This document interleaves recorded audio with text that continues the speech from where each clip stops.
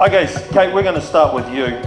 Tell us a little bit about your compliance role and how in-depth the work is. So, what are you doing to improve the relationship some of your farmers and suppliers and the business itself has with those compliance roles that you have here as part of APG? Okay, so I don't really know how to start that. So really, use a microphone would be the best start. Use the microphone. Well, as you all know, we've all been told that we're Lead with Pride and we're NZFAP Plus and we're ZQ Merino. They're all very similar audits. I don't really want to go over all that again, but it's we've found across our properties, including Lindis, I would say, that sort of using these audit templates is a really good guide for us on the farms. It's giving us the right direction.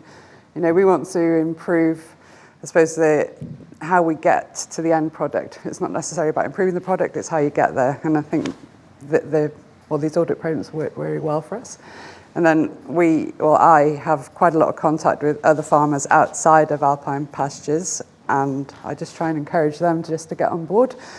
And I think that a lot of them are actually farming sustainably already, and they just don't know it. And I think they're quite scared about the prospect of somebody coming on their farm and judging them, I suppose. But I try and instill confidence in them that, I think they'll be okay. So this is a question I'll throw at Sam as well later on. Are you finding, because, as Sam alluded to, the mum and dad farmer couldn't possibly maybe achieve what you're doing or have the financial backing to do this because of the scale, are you finding a position of wealth within yourselves and knowing that you're able to facilitate this for some of your suppliers? Yeah, and I think obviously there are financial aspects to it that some people won't really want to take on, but I think for instance, if you're going to do the NZFAP Plus, you don't need to do it overnight. The audits are incremental. You can do them in small small bites, and often you're already doing something. So it's trying to highlight that. So somebody that just has one farm and they think it's going to cost them a lot of money. I mean, it will cost, but there's gains on the other side. I think we're like the banks are often, they're looking for sustainable clients, and there's benefits there. Yeah. And once you're into the system of doing this compliance work and everything that APG's got you doing, does it become easier because you're naturally geared each day to go to work and do that job? Yeah, it does become easier because it becomes part of your everyday farming. And as I say, you're probably doing it already. There is a bit more recording and things like that, but it's sort of trying to combine two things. So, we want to plant more trees or native trees or something, whatever you want to plant. But, we're also trying to include, or increase shade and shelter on your property. So you're sort of ticking off two things there. And, you're recording what you're spraying. You're monitoring your weights. It's just about, a lot of it's recording and getting used to doing that. And Sam mentioned before, the group are really proud of the award that you've been put up with the dairy farm. The dairy farm's only been going for 2 years. How have you found all that extra workload and the differences from sheep and beef and dairy systems in the role that you have on farm? Well, yeah, the systems are different. I think with the compliance in dairy farming is a lot different to sheep and beef. That's because affluent becomes a factor in that. But outside of that, your animal welfare is pretty much the same. That would be across the board. And also with your staff and the social well-being of staff, that's applicable on all properties. There are lots of similarities. So even if you're doing 3 different kinds of audits for 3 different, animal varieties, they are similar. The environmental aspects of them is the same, pretty much. Okay. Do you think there are benefits and opportunities not being captured? What would you like to see? And this is an open forum, and Trade Envoy's in there and all sorts of people, so put it in front of them now. Like, what's out there that you would like to see more benefits from or opportunities from the work that you're doing at the moment? I've put you on the spot. You don't have to answer it straight away, but you can come back to it. No, well, there's one thing I think that there is a lot of data collated with auditing in general, and I think it's not used. I think that New Zealand farmers, even if you're not audited, you're probably doing a really good job anyway, and I don't think we're recognised for that at all. Or we probably are. That's it. We are recognised somewhere, but I think there could be more. There could be more done, and I think from farmers that I have spoken to, so it's not a huge amount, but they feel that they do quite a lot already, and they want to sort of the general public to be more aware of that. And at the moment, I don't think they are. That's really interesting. And if any of the other panellists want to add to that as you go down the line, please do. But I sat on a plane the other day with an environmental data analysis for the environment on what farming does, and she's just heading to Mexico, and she really has a worry as a data analyst about the stuff she's seeing being transferred into the narrative to suit an agenda. And so that's a real problem for people that are collecting data, is where does this data go, and the narrative around that to suit an agenda, whether that's political or environmental or anything else. Do you think the honesty of data is really important, because you're actually seeing the data, and that's helping farm management, isn't it? Yes. Okay, let's go to the farm manager, systems manager now.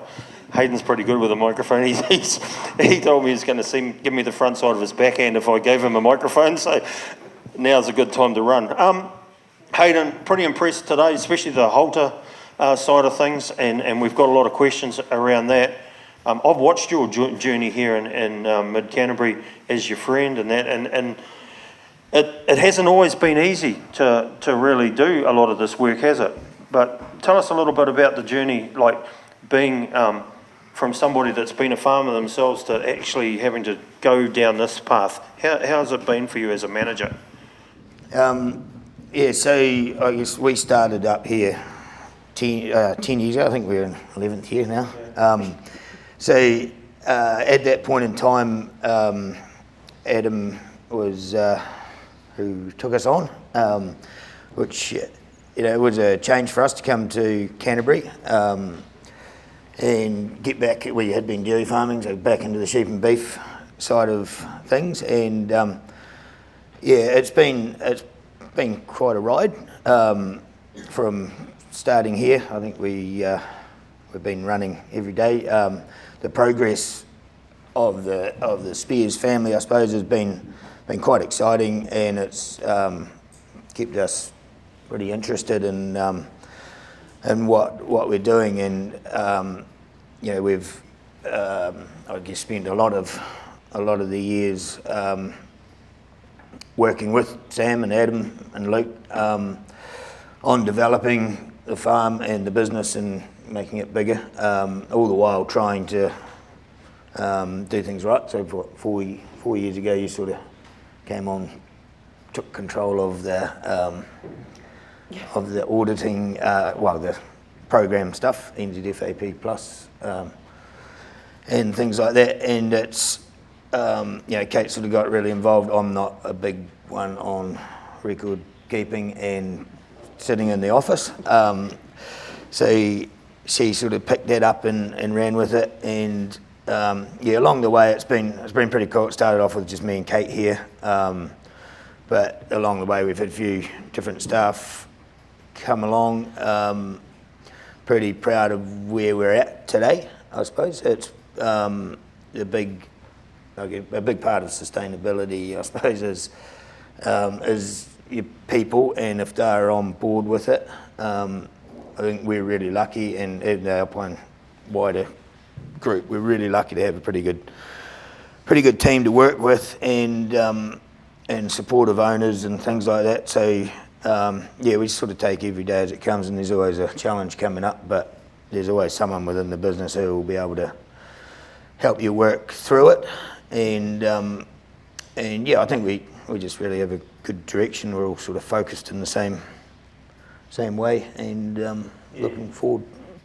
I mean, the Spears family obviously picked up that you are fairly well driven, and you do have a straight down the middle approach, and let's make that work, or if it doesn't work, let's walk away from it. But you're also a guy that wants to look at opportunities as well. Those opportunities have kept you here and kept you focused on the end target. For one of the questions I have here, what is the end target for you from the management of a property like this and your place in APG? Good question. I don't know if there'll be an end. I think we're all quite keen just to keep doing things better. That's probably the key to it, whether we get bigger, or I think we're probably always going to be moving forward, but I think the key is to take all the while, if there is opportunities to move forward, we're still got to remember to take what we've got and keep it getting better, more efficient. That's a big focus on what I do now, is to try and find efficiencies in the several farms to try and make them work better together. And lucky got good guys to do the on-farm day-to-day stuff without too much input from me. And now lately we've just sort of started looking at just trying to find better ways of doing things and moving forward. I think Sam and Luke and Adam are all, are always thinking of the next opportunity as well. And it's really cool being part of that journey. It certainly, I think, has been a big part of keeping me interested in what happens here. We are a relatively big operation now, and it does from time to time take some managing and thinking about, but yeah, I think we're all on the same page, and we just need to keep doing things better and better. I mean, same question to you. Do you think there's benefits and opportunities not being captured, or is there is there stuff that you'd like to see extended? Maybe more farmers being able to do things like this, come on farm and see the big picture? Yeah, I think yes. How we do that, I'm just unsure.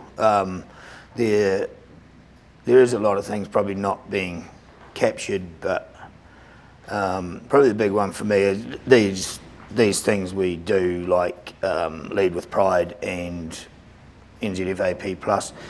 I don't think we can really sugarcoat it too much. The reality is it comes at a cost. It comes at a really big cost, and we need to, I don't know, perhaps have more integration between those who make the rules and those who are on farm. We get an audit thrown in front of us and it's got all these requirements, and in reality, I don't know how many farmers have ever actually been asked whether some of these things are actually practical. We do it because it's there, but there is some things there that really, I think, should have further discussion. They are challenging, because at the end of the day, the business has to be profitable before it can do anything. And that's probably a big one to not forget when we're going down this sustainability path, because sustainability does cost, and you need to be profitable. So it's a yin and yang, isn't it? It's got to be a bit of give and take. Okay, thanks. We'll have some more questions come across for you later on, I'm sure, but I am very wary of the time. We'll get you to hand across to Jacob now. Jacob, tell us a little bit about what you do, why you do it, and what benefits you can see in your work. Yep. In a really short sense, my role within Meat and Livestock Australia is to assist overseeing the Australian Beef Sustainability Framework, which is essentially the roundtable for Australia. We just call it a different name, and it's got a bit of a different governance structure. So we're not membership owned, we're owned by the industry and funded by Meat and Livestock Australia through levies.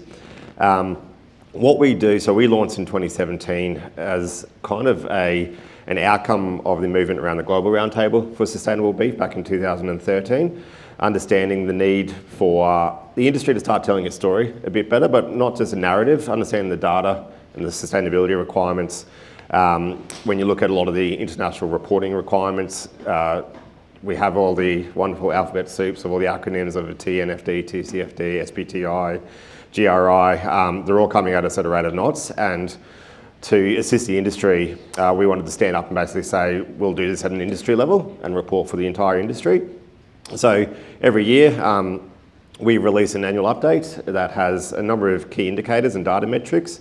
We have 54, I think it is, data metrics that we release annually, and it is very much aimed at our customer base. So we're talking to our retailers, our food service, our investors, governments, NGOs as well, to give them the data they want to be able to make effective decisions about the Australian beef industry. And also so that we can also then give a lot of information to the broader global scale, So I've had a lot of interactions with a number of, obviously, international markets and also the international roundtables through the global roundtable. So it's great to be here with the New Zealand roundtable today as well. Basically to drive that continual improvement story globally. How are you getting on with that? Like, the work you're doing is obviously important. What are your positives? What are your negatives? What do you feel that, where are you making gains and where is there more work to do? Yeah, how I'm getting onto it is, depends on the day, to be honest. Some days it's really fantastic and we know that we have a great story to tell, and we have to try and find the correct data that answers those questions. Hayden, you said you don't keep a lot of records, but I assure you what's in your brain is pure gold, and we need so we need to extract all that out of there and start using that to tell our story and own that. We need to be, I think, a bit more bold and advanced with what we're saying. We're sometimes a little bit too scared to come out with something new, but the whole idea of that is that if we come out first, and you're talking about that person sitting next to you on the plane about, well, who controls the data and what they're going to say with that. If we get that data first and we answer that question first, we're controlling that narrative. Too many times have we been like, oh, we don't want to go out with that, it's not 100% perfect, we're not entirely sure what it means. But if we're first, we can control it, and then the other people come behind and say, yes, but what? Like, well, no, sorry, we're here first. Too many times I've felt the industry has probably dragged their heels a little bit and someone else has grabbed hold of data or regulated into data and then controlled that, and we have been playing a bit of catch up to try and get that back again. Is that a financial thing though? Like, we have to actually pay for that data to own it? Not necessarily, I don't think so, no. A lot of it exists, it's just about tapping into it to put it into a useful form, essentially. Yeah. Okay, so what are your struggles in achieving your goals? Getting that data and getting that willingness to stick your head out, I think.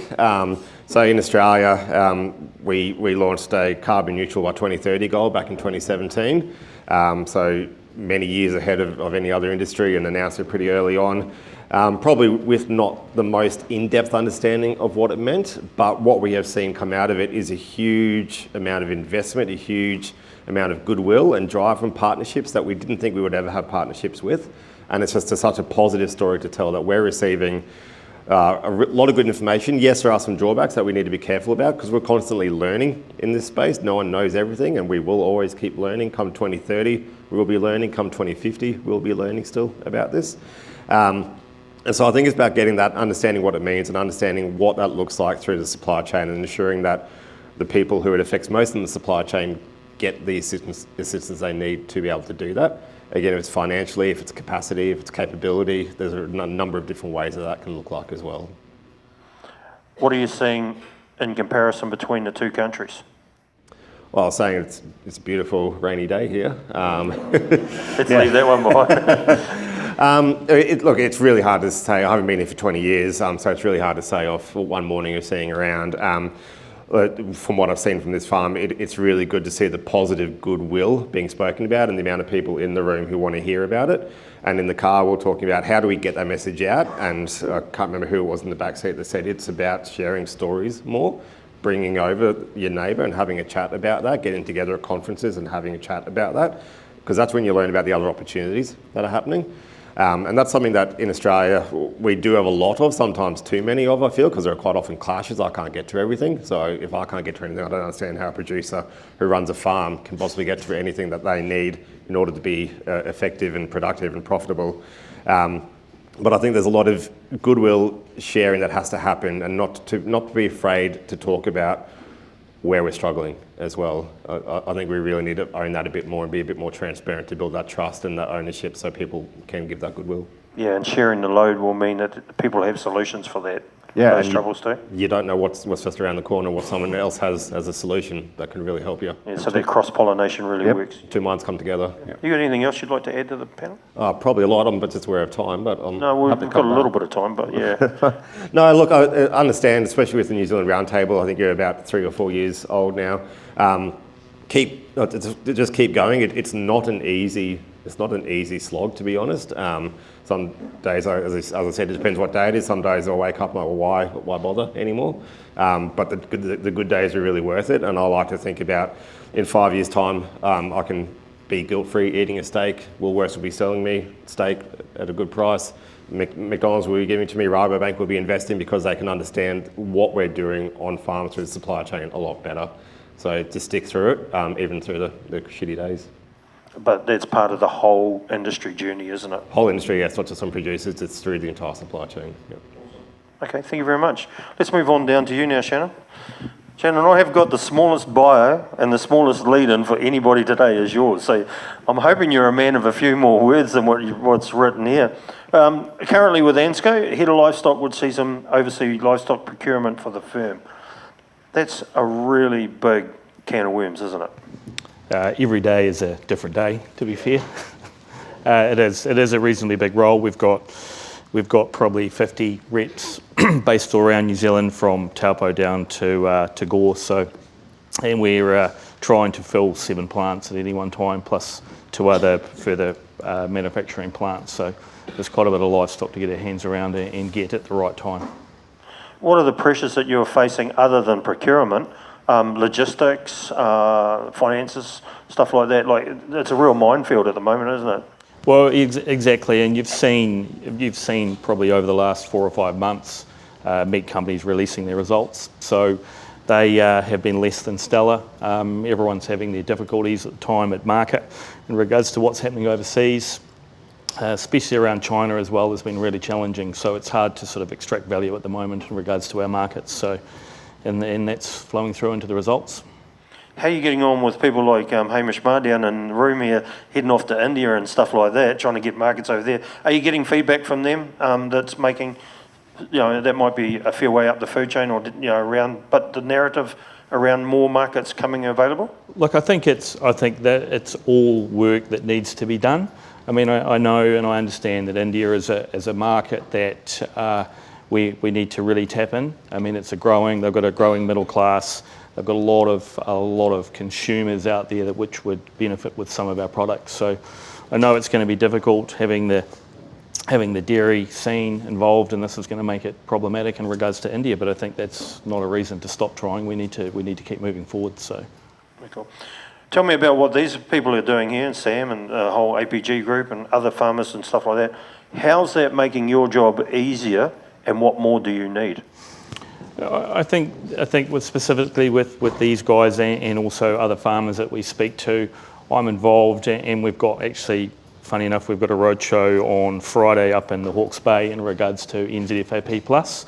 So the work that these guys have done specifically and other farmers has been amazing in regards to starting on that journey. As the guys alluded to before, NZFAP Plus is not easy. There is a lot of work involved, and in some cases cost. So I appreciate that these guys have done a really good job moving forward on that. And then we've got other group of farmers that are also contemplating it as well and going forward. So for us, it's a really good story. And even though the markets at the moment aren't demanding that those products, and we're not getting anything out of it in regards to premiums, it will at some point set ourselves up for future endeavours. So I think it really future-proofs your operation going forward. So well done to them. I think, and I touched on a few other points that these guys discussed before, is around data. And I think having really good systems in place to capture that data and then use that to tell a story is really crucial. I think one of the things that we struggle with in New Zealand, I think, is connectivity. So it's trying to then make that capture of data seamless, instead of having to write it in a notebook or write it on your hand and go home and put it in a bit of paper later on, and having the ability to do it right then, right there, I think is going to be really key for us going forward. There's some pretty good apps out there now to help in that space too. How does the two-way conversation work between supplier and procurement? So is that an easier conversation now under the system that these guys are on? You know what product you're getting, but do they also tell you how the journey to get that product to where you need it happens? Absolutely. So we have a team at ANSCO whose job it is to discuss the different programs with all the farmers. So we're constantly getting feedback coming back towards us. I also sit on NZFAI for wearing another hat, and so that information then flows from the meat companies to the assurance standard bodies as well. So absolutely, it is definitely a two-way conversation. and we get valuable feedback in regards to our farmers, in regards to things that are happening on farm, especially around compliance and auditing and audits. How can we make this better? How can we continuously help people to make this easier? Because at the end of the day, farmers have got an intensive job, and finding time to actually do this is really key. So trying to make their life easier in regards to, again, collection, recording, telling stories, I think is... Everybody needs a Kate. Correct. Is there any... He won't share... Is anything else you want to add? You've got 2 minutes to tell everybody why they should be supplying ANSCO, but is there anything else you want to add? Yeah, no, they should already know that. I guess from my point of view, we talked on some of the things that we could... that are going well and other things that we could do better. I think from my point of view, the pleasing thing at this point in time is the collaboration between industry. I know that meat companies wouldn't have even been in the same room together 10 years ago. So I think from that point of view, the stories that we're sharing around sustainability and how we can do our jobs better, especially at the plants as well, because we have quite a big footprint. And so that has been really, really pleasing, I think, from that point of view. Some of the things that we can do better, I think, is probably, and that's been discussed, I guess, at wide in regards to New Zealand as education. I think really teaching people how this works and what they can do and understanding where we need to go, I think is going to be really crucial going forward for New Zealand Inc. So those would be my sort of takeaways. Okay, so how do we do that? Because bridging that gap to the consumer with the right data and also the right stuff that's going to sink in and make them adhere to what we're trying to do here and how important it is. How do we do that? You've got people out there selling the product. How does that happen?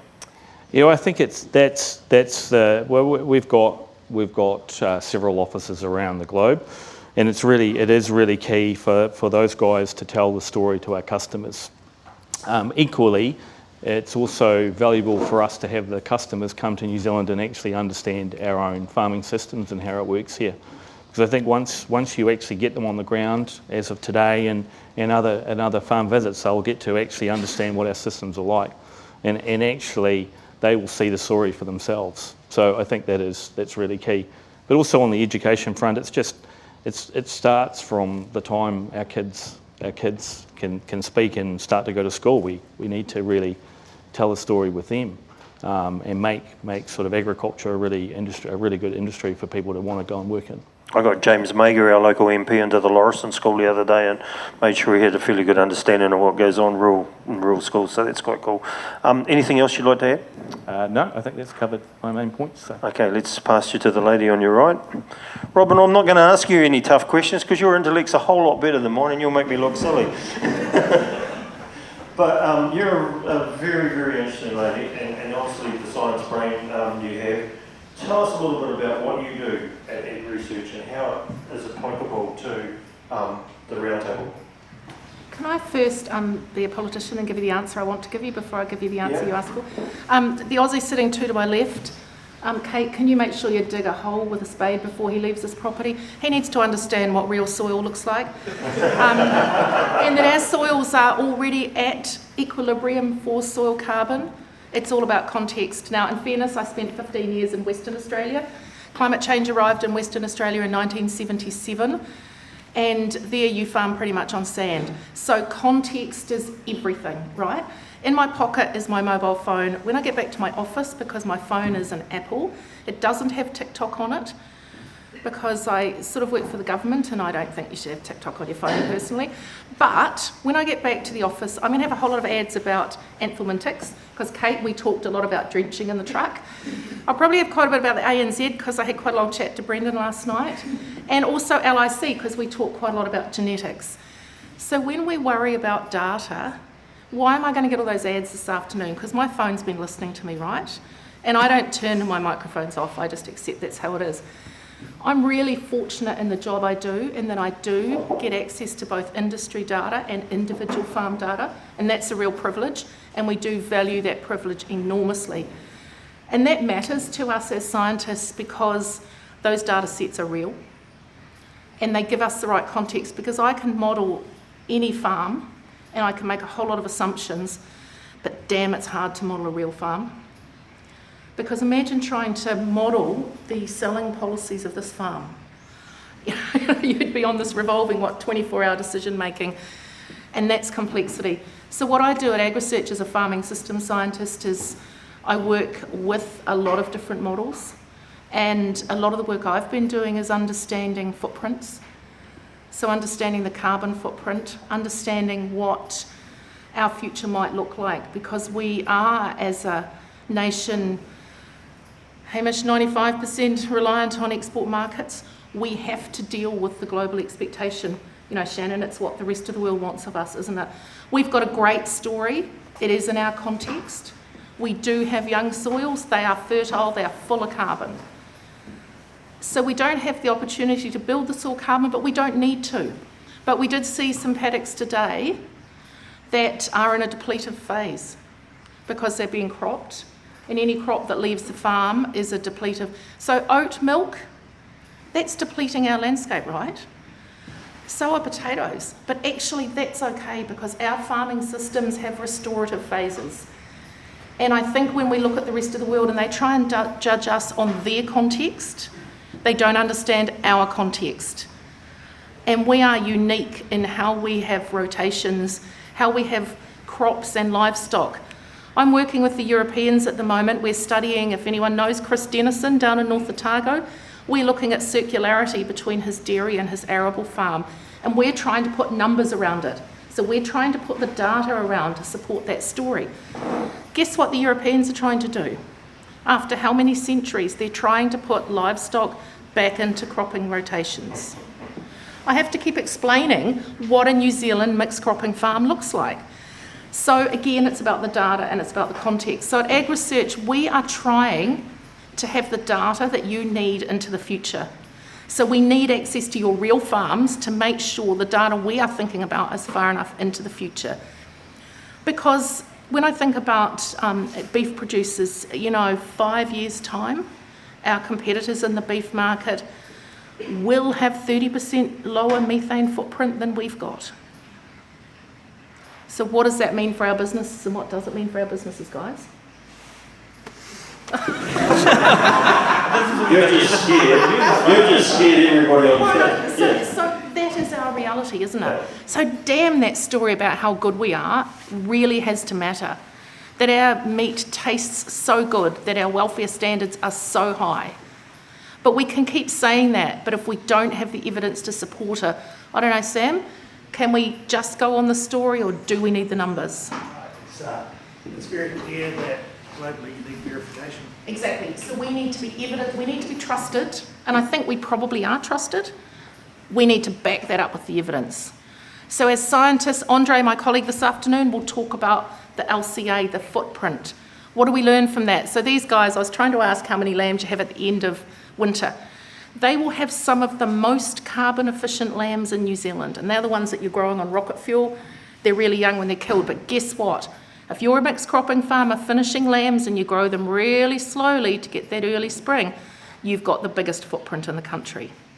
That's our reality, and that's fine because overall our systems are really, really efficient. But into the future, we're going to have to keep doing more from less, aren't we? Really good. So tell me, what's the frustrating part for you? Is it gathering that data or being able to access those funds? Look, we're really fortunate. The industry bodies are really supportive of us getting the data. They do make us jump through a lot of hurdles. They make us sign contracts, and we have to manage our own staff to make sure the data is anonymised. When we go out onto individual farms, to point to the Dennison family right now, we have asked for them for all sorts of data.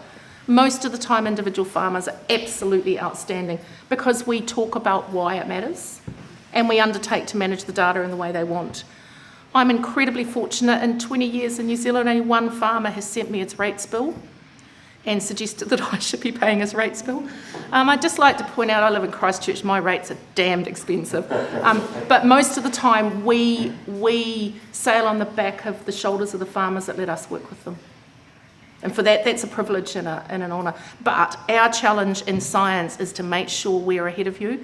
And sometimes we don't know if we're ahead of you or not. So if I ring you up and say, could I possibly bring a group of my colleagues to visit, please say yes. Because some of these colleagues have never been on a farm. Can you imagine how they're trying to develop a silage enzyme and they don't even know how to make silage?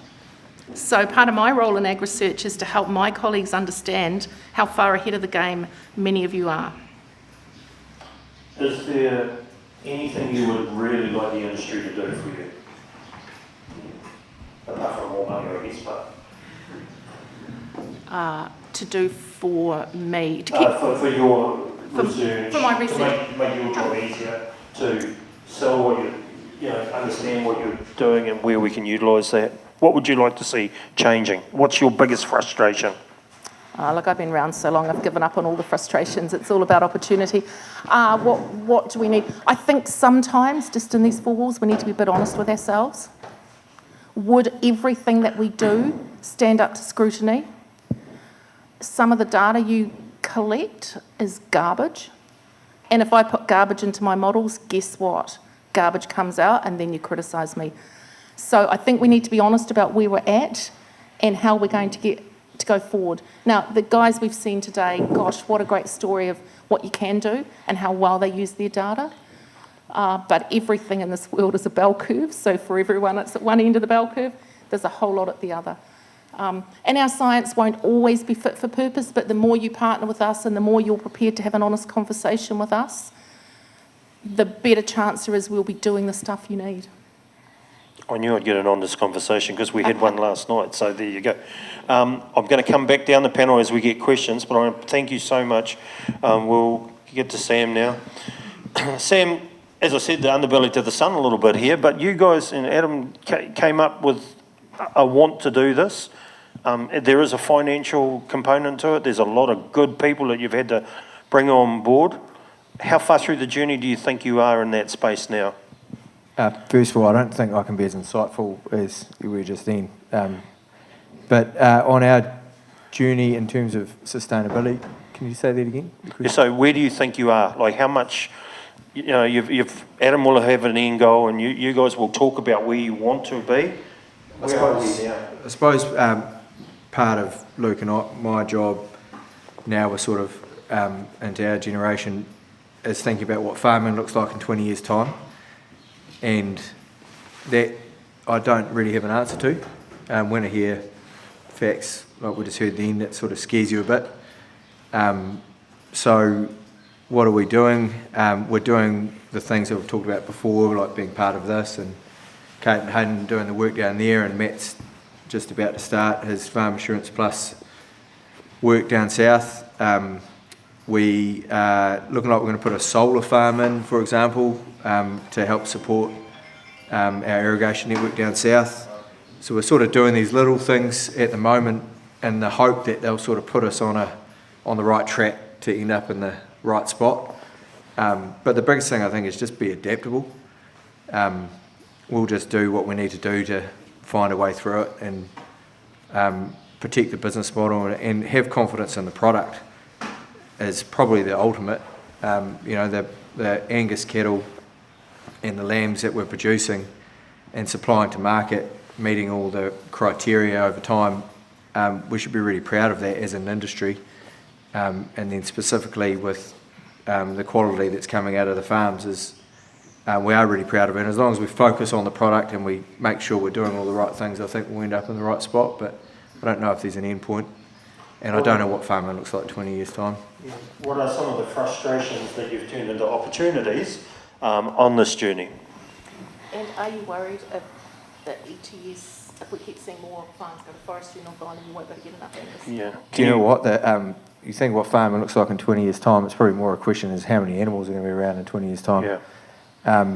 I don't know the answer to that. We are looking to grow the stock buyer people we've got, the footprint we've got there. We are reaching into the North Island now, and we don't want to because of the cost. We just need to be aware of, there's a limit to the scale of what we can and can't do with numbers. So that is a concern, big concern. And I think probably the processors are probably more worried about it. But in terms of the frustrations turning into opportunities. Well, it's amazing if you do end up being in that space of trying to be at the forefront of that sustainability curve, the opportunities that come with it, because processes or the industry want to work with you because you are willing and able and have the right people and you're willing to invest because there could be a cost up front. And that's a bit like Halter, you know, like when we first took on Halter and it was a large expense and you sort of thought, well, maybe this isn't going to stack up, but it's probably something in 20 years' time that it's going to exist, so why not get on that journey now? That's the kind of thinking that goes through your mind when we're sitting around talking as the three of us about. If I say something to you now, I want you to think about it. Don't try and lead by example. Let your example lead others to their own success. What does that mean to you? It's very confusing. What I'm saying is, you're not trying to lead by example. Your work will lead others to come on board. Yeah, is that fair? A fair comment? I think the philosophy we've got, and I think we all share this, is you're sort of inspired by your people a bit. You know, like Hayden and Kate, if we're talking about the Canterbury operation, they're really driving this up here. So our job is to support them and provide the resources and back them. So that's a real philosophy, and the same thing down south. We've got just an incredible team, and an incredible team attracts good people too, and a 100% no dickhead policy, which we put in place a while ago, and if you pop up, and you sort of beat them back down. So yeah, I think ultimately it's about, you know, the guys are running the farms for us, in particular for me and Luke. I mean, Adam's farmed all his life, but me and Luke didn't have the experience, so we're just backing, all we're doing is backing our guys to make the right calls. These guys are quite shy sort of people to actually put themselves out in front of it. And get Hayden to even walk up these stairs and sit down. It took us 3 hours yesterday to talk him into it. But they have a lot to offer, don't they? And how we showcase their passion and ability to do what's required. E tangata, e tangata, e tangata. It's the people. That's what's going to sell our story around the world, isn't it?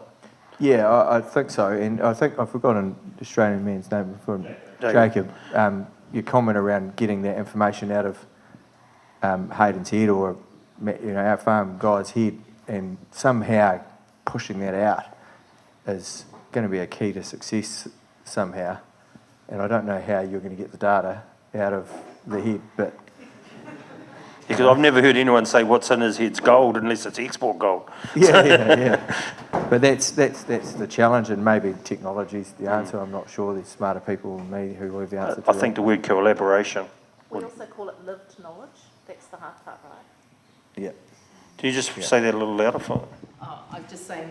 So there's two parts to this farm, right? There's all the data, and there's the lived knowledge, that knowledge that comes from living, and the intuition, so where the art meets the science. Yep. Yeah, and that's what we see in farmers like this, who know how many lambs they've got ready to go, who know what the demand from the processors are, but also know what their land is going to do in the next week, right? Before you make the next decision. Yeah, 100%. And that's hard to model. It's hard to learn, except put your foot in the stirrup. You got anything you'd want to talk about, Sam, today while you've got the chance up here? I don't think there's too much more to add. Just thank you to Hayden and Kate, and also we haven't talked much about the terrace operation, but much the same as happening down there. There's a bit more work to do in the sustainability space, but thank you to our team for making us look good and doing all the work to make it all happen. It goes unnoticed and doesn't go unnoticed, and we're really proud of it, to be honest. Yeah, and I can tell Toku that you have an amazing team here. I don't know much about the terrace block, but the staff that are here now, they're all invested in it, and leadership has been a big part of that, I guess.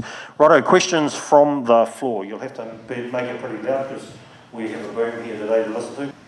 Sam, do you want to talk about your carbon footprint and what information you have in your businesses and what it sort of means for what you're doing? Let me be really blunt about that. We are way behind on the carbon footprint down south. We don't understand it well enough, and we don't know what to do about it. Up here, we've got a bit more information because Kate's probably put the work in.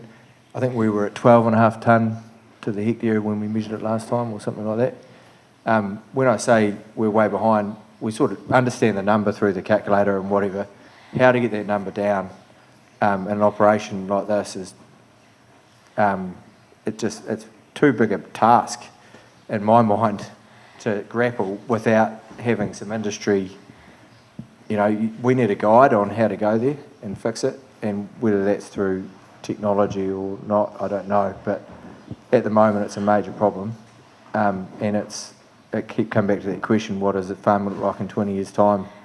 And it's probably going to be in part driven by the methane targets. Or Robin, do you have anything to answer on that?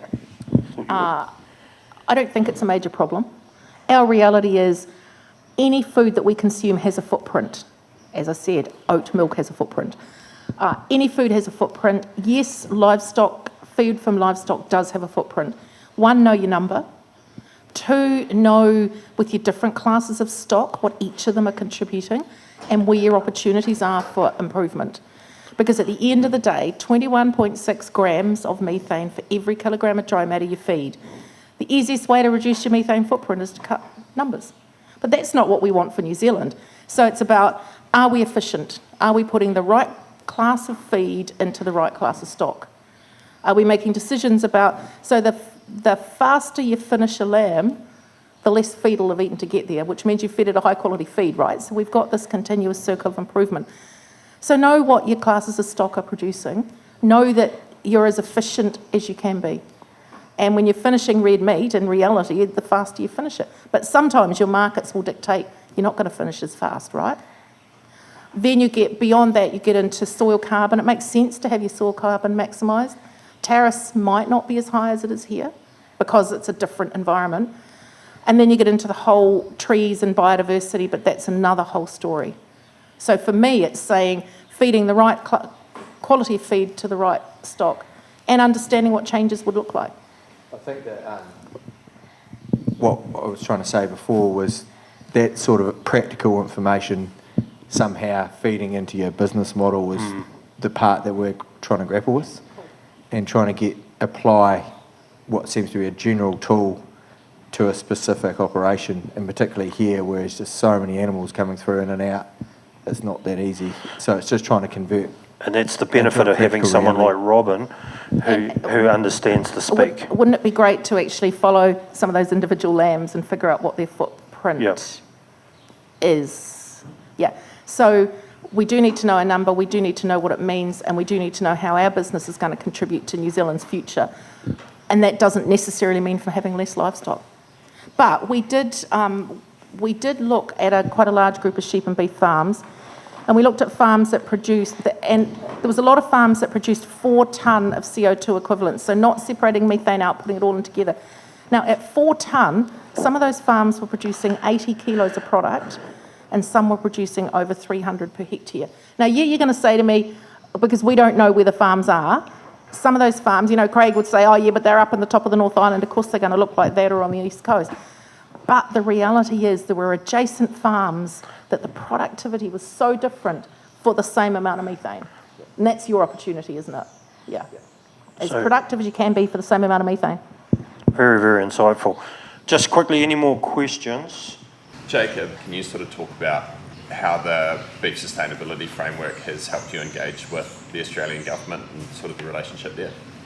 Yeah, I think it's very much, as I said before, industry taking that lead, not being told to do it and having the initiative to say, we want to do this, we want to show this on our own behalf. Getting, what you saw, getting the government involved to that level that we had 2 weeks ago has taken 7 years, to be honest. It didn't happen overnight, and there's obviously a lot of back and forth between a few different industry groups and where their priorities lie, what they think is the right way forward. But you need to have that, as we've spoken before about, that goodwill, that willing to work together and talk with them. And I spent a lot of time on submissions and looking at how we can help submissions and policies through research and development and data. And I just think it's important to be collaborative in the language, not so aggressive at times. At times it's hard not to be aggressive because we do feel like we get attacked a fair bit. But I guess take the lead and say, yep, we hear what you're saying, but how about this? We want to work with you on this and that, and use that. So I see with our carbon neutrality 2030 goal, when Australia signed on to the methane pledge, a lot later than most other countries did, we used that when talking with the government about when they were deciding if they wanted to sign onto the methane pledge or not. And we used a lot of what we had done, what we had aspired to, where our pathways were heading, to get them in their announcement to say that it wasn't going to look like a tax or a target on agriculture at all, that they understand the work that we're already doing in this space. So I think just realising the opportunities and wanting to work with them. Yes, sometimes governments or government regulators, they will be costly, they're seen as negative, but understand that there are people out there who do also want to help with you and find those avenues in, I think. Hayden, that Holder demonstration, the brief demonstration it was, that's pretty impressive, and congratulations to Holder for being here today. Some of the technology that's coming on farm now, and you're obviously all over it along with Kate with the data, the technology and the naysaying and stuff like that, because you're always poking your head up to try something new here and seeing whether or not it works. What would you say to some of that negativity that's around some of the stuff that you've actually can see working now? Yeah, well, I think probably just sort of what I mentioned at the cowshed, really. I see quite the opposite to what you might see on a Facebook post or something like that. That the cows are relaxed. It's very humane, actually, probably better than having a poor stock person behind the cows on a motorbike, etc. The cows know what's happening.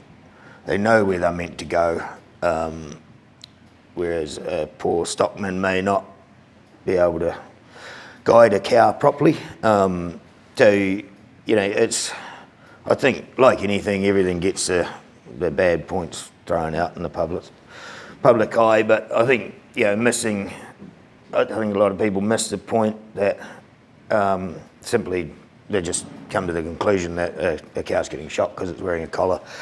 As Nick mentioned before, that's not how the process happens. I don't know if everybody could hear out there, but it's more a vibration and a tone thing. The shocking comes well later on if they're very non-compliant, I suppose. But the shock is way less than what they're going to get off one of our fences. So yeah, and really it's everything has its negative points, I suppose. But yeah, it's probably just a lack of education. Do you think the general vibe of working in an operation like this, where you can see the results and you can change the narrative and help AgResearch and people like that do what they're doing, is that pretty rewarding? Yes, it is. It is rewarding. And just with any new technology, I think there's always negativity about anything new. Yeah. So, you just got to take that on board. And as Shannon was saying before, it's all about education. People need to be educated. They may not ever like something, but they need to know everything about it. And that is where the Roundtable for Sustainable Beef come into play. Yes, hopefully. And with that, we'll finish. Thank you. Took a while, we got there. It's been pretty tough 12 months for farmers in New Zealand, so just need to acknowledge that. Moving forward, there is quite a bit of optimism. And look, we had some great meetings in Wellington with some of the ministers, and things are looking really promising. We'll also want to acknowledge the great work that Louisa and the board have done this year, but especially Louisa for all her work. So awesome. Thank you, Louisa. Steve, do you want to quickly come up and go through can we get a motion that my board report motion is from Chris, seconder, Sam, boom. Steve, Sam, Nick. Oh, sorry, Nick. So Steve will just take it through the financials. I'm obviously Steve from ANZCO, Treasurer for NZRSB. G'day, Alex. Come on in. So the past year, our financials have been, we've had a good performance versus forecasts, which was really, really good to see. Membership projections for the year, they remained pretty steady where we were last year. And that's despite some challenges out there by businesses and farms and producers like yourselves that we're all experiencing. In terms of expenses, forecast actually was pretty good. Kept a close eye on that. Some people like to spend. We managed a couple of extra things in there. We had there was a global roundtable for Sustainable Beef Summit at PAC, so Louisa was actually over there at the time, so we encouraged her to go, and we actually covered the cost of that, so which was a bit of a two-way thing. She was already on holiday, and we paid for to get in. And then we're undergoing a video production, which was one of our projects, which is coming in on budget as well. So it's been a good year. So the forecast for our 2024 or 24-25 is slightly higher than the previous year, and this is mainly due to we've got GRSB Global Conference this year, so we're looking at sending people over there, and there's a bit more travel involved in it. So you can see all the numbers up there. Is there any questions on it? No? Can I have a motion that they're true and correct, please?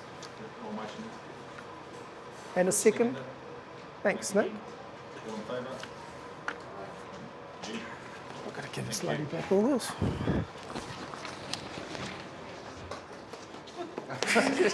Thanks, Chris. Okay, next on the agenda, we just have some Incorporated Societies Act constitutional changes and re-registration. So the information is there. I'm just going to make a motion that we approve the constitution as emailed out to our members. So I'll make that motion. If I can have a seconder. Alex, all in favour? Carried. And I'll also make a motion to re-register the society under the approved new constitution. So there's been some constitutional changes. So I'm going to make a motion that to re-register the society under the approved constitution. Seconder? Steve? All in favour? Beauty. Cool. We have a member motion, so we'll just get Nick Jolly just to duck up, and he's just got a member's motion to put to us. Thanks, Richard. For those of you who don't know me, I'm Nick Jolly at Bethlehem, New Zealand. This motion is supporting a rule change to allow vacancies on the board to be filled from other constituencies if there's no nominations in other ones, and if there are still board seats to be filled. And this really is just to allow flexibility, but still prioritises filling the board seats in the manner intended by the rules. So, yeah, so that's the motion to the floor. Just got one query on that, would be in regards to the producer seats. I wouldn't want to see those filled by, I suppose, the allied services and other membership types. I think having those producers on there is really important. And I wouldn't want to see the board flooded by, I suppose, other industry. I think it's really important to have a producer voice. So if we can vacant seats for producers, I wouldn't want to see those filled by others. So leave the vacancies open for people to join throughout the year, or? Yeah, if it's producer, yeah. Okay, do we... Yeah, sounds good. Any more thoughts on that? It was going to be at the discretion of the board, wasn't it? Is that the board would decide? The wording? Yeah, so there's a revised motion on the floor. Yeah. So I'd like to get a second for the revised motion. Yeah. I'll second. Okay, Kate.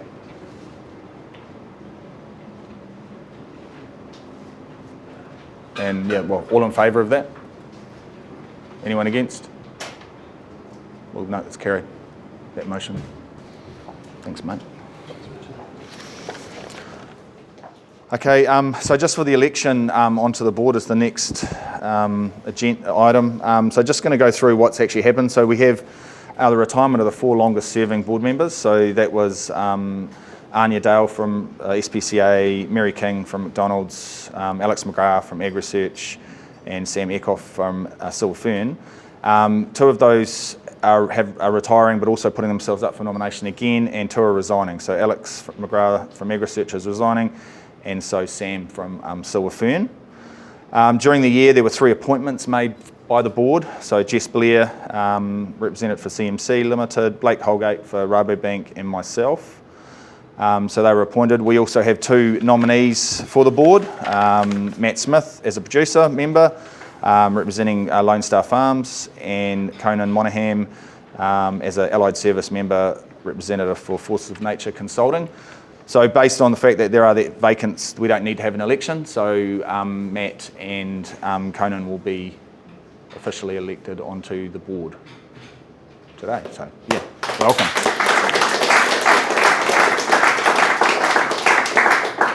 And thank you, I suppose, a thank you to Alex and AgResearch for their time and effort on the board. Disappointing, but I'm still going to be an active member, and the same for Silver Fern. So they were basically founding members of NZRSB, so disappointed that they aren't there on the board seat, but still active members, so that's really positive. Yeah, and I guess now's probably a good time to have a bit of a plug for people that are wanting to become members of NZRSB. We sort of welcome it. The board itself is basically, we're volunteers. We don't get paid to do what we do.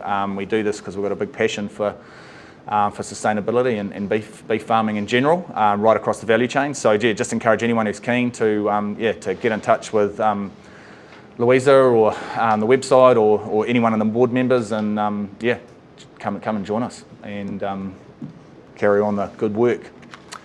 So look, if there's any other general business that anyone wants to bring up, no, I'll call the AGM side of things closed and we can carry on. Wiggy. So the next part of our program is the meeting expectations. I'd like Simon Kenny from McDonald's Restaurants and Andre Mazzetto from AgResearch to come on up, please. Come on up, guys. You can tell us what you do and how you do it and why you do it, and how we are going to meet expectations. So for those of you who don't know me, I'm Simon Kenny. I work for McDonald's New Zealand, so I'm based up in Auckland. Miriam King's here from our Australian business, but she looks after sustainable ag across Australia and New Zealand. She's the subject matter expert. I'm the guy who deals with the media and the customers. So I'm going to try and give you a bit of a high fly of the McDonald's world and what sustainable beef production means globally, very briefly, but the technical bits ask Mary about. And then about 6 weeks ago, I spoke at a summit called the Zan McDonald Summit. I don't know if you know the Zan McDonald Award. And we did a little bit of research for that to try and present the consumer end of the value chain and what our customers are telling us about why they're buying beef products. Spoiler alert, it's not because of sustainability, but then when you start talking to them about that, what that means. So I've got a little bit of research which I can share you, which I'm thinking on that size screen, you're not going to be able to read, so you'll have to take my word for the stats, but if you do want to see it later, double date, Steve. So we'll crack on. Am I just going to look at you, Louisa? So we can go to the next slide. Actually, we can keep going. My job title is Head of Impact and Communications. Impact in the McDonald's world is like corporate responsibility. We talk about our main ways we can have a positive impact on the planet and the communities in which we operate. So I'm only going to talk about the food and sourcing, well, probably a bit of the planet impacts. There's 4 main areas, which is food and sourcing, planet, community connection, and then our role as an employer, jobs, inclusion, and empowerment. So the beef sustainability side of things fits across planet and food. So I'm going to tell a little bit about what that means in the McDonald's world and then how that relates to this room. Firstly, some fun stats. So 70 million people, that's how many people McDonald's serves a day around the world. We've got 40,000 restaurants, 2 million employees, over 100 countries around the world. So some pretty big numbers. What that means is that it's estimated, we're estimated to use about 2% of the world's beef for McDonald's. So sort of a small number, but not a small number when you think about the total amount of beef produced around the world. Why that's relevant to New Zealand and Australia is though we are 2 of the top 10 export markets to the McDonald's world. So when anything that we talk around beef sustainability and why it's important in New Zealand and why organisations like the Roundtable are important is because New Zealand's a big net exporter of beef to the McDonald's world. And when you see some of the commitments and the sort of forward-looking things about the importance of beef farming and its influence in terms of our carbon footprint, you'll get the point of why we're here and why we're talking and wanted to be involved in these kind of conversations. So 99% of our total emissions are from Scope 3 sources. Obviously, we're known, we actually serve a lot of chicken as well, but we're known as a beef burger company, right? And so our ag emissions are definitely weighted into the beef category. If you looked at a pie chart of our emissions, it would very strongly show that as the single biggest area.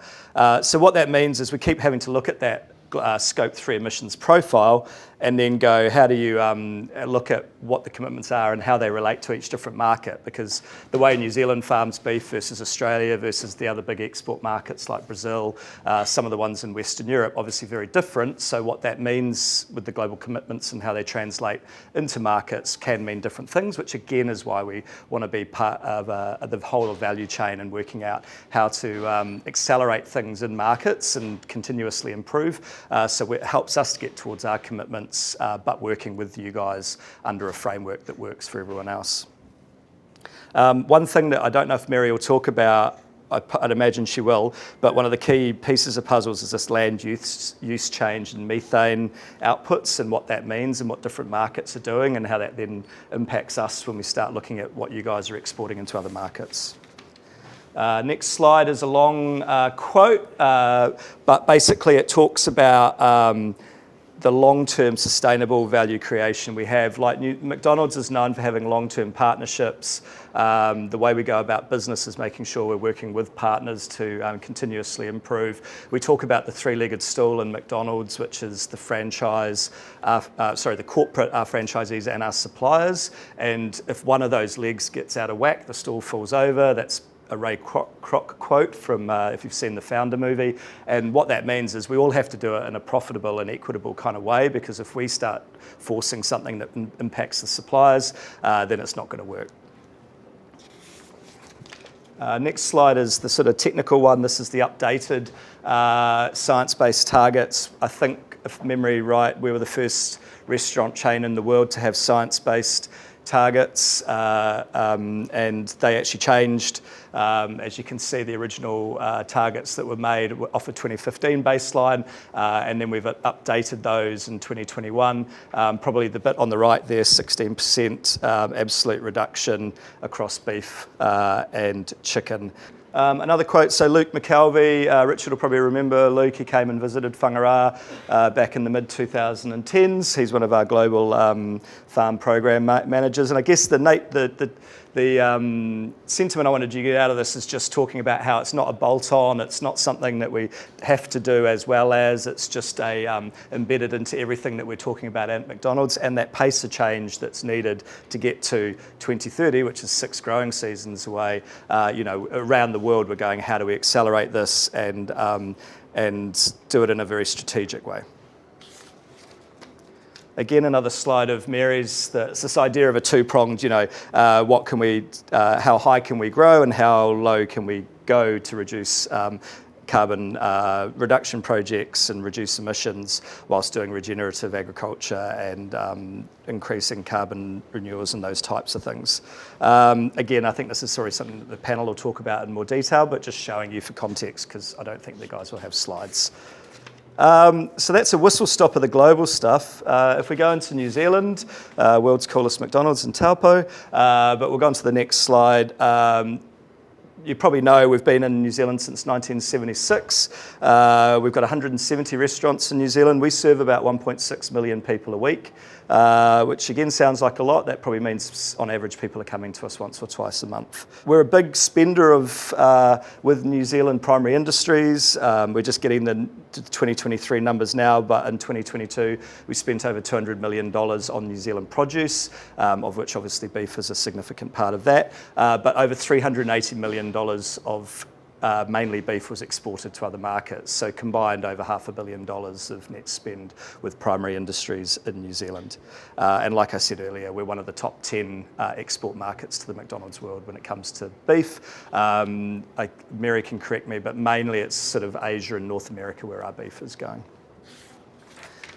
On to the next slide, we were a founding member of the Roundtable. I can actually remember being in, I think it was Silver Fern and Hastings, way back, maybe in 2014, when we were going, we need a New Zealand Roundtable, and one of our guys, Andrew Brazier, an Australian who works out of the Chicago office, said, you either do or you put at risk your ability to export beef to the McDonald's world, and that was kind of a time when everyone went together and went, okay, let's form this roundtable and get things moving. And we continue to be an active member. I think the first piece of work that the roundtable did was this verified sustainably produced beef going from farm to a burger patty, and that was the sort of foundation of materiality projects and all of that kind of work. Richard's old farm. So just as a piece of background, around that time we were also, McDonald's set up this program called Flagship Farmers out of Western Europe, and that was really highlighting best practice around the world for sustainability. It wasn't specific to beef, but they started looking and going, if we're going to try and accelerate the programs around the world, what's best practice look like? And Richard's previous farm at Whangaraa was that farm where some funding went into the farm around land environment plans. He had to go through a full audit, which included the global head of sustainability, coming on a day which was probably worse than today, standing in horizontal rain at the landing strip. But it was an extensive audit.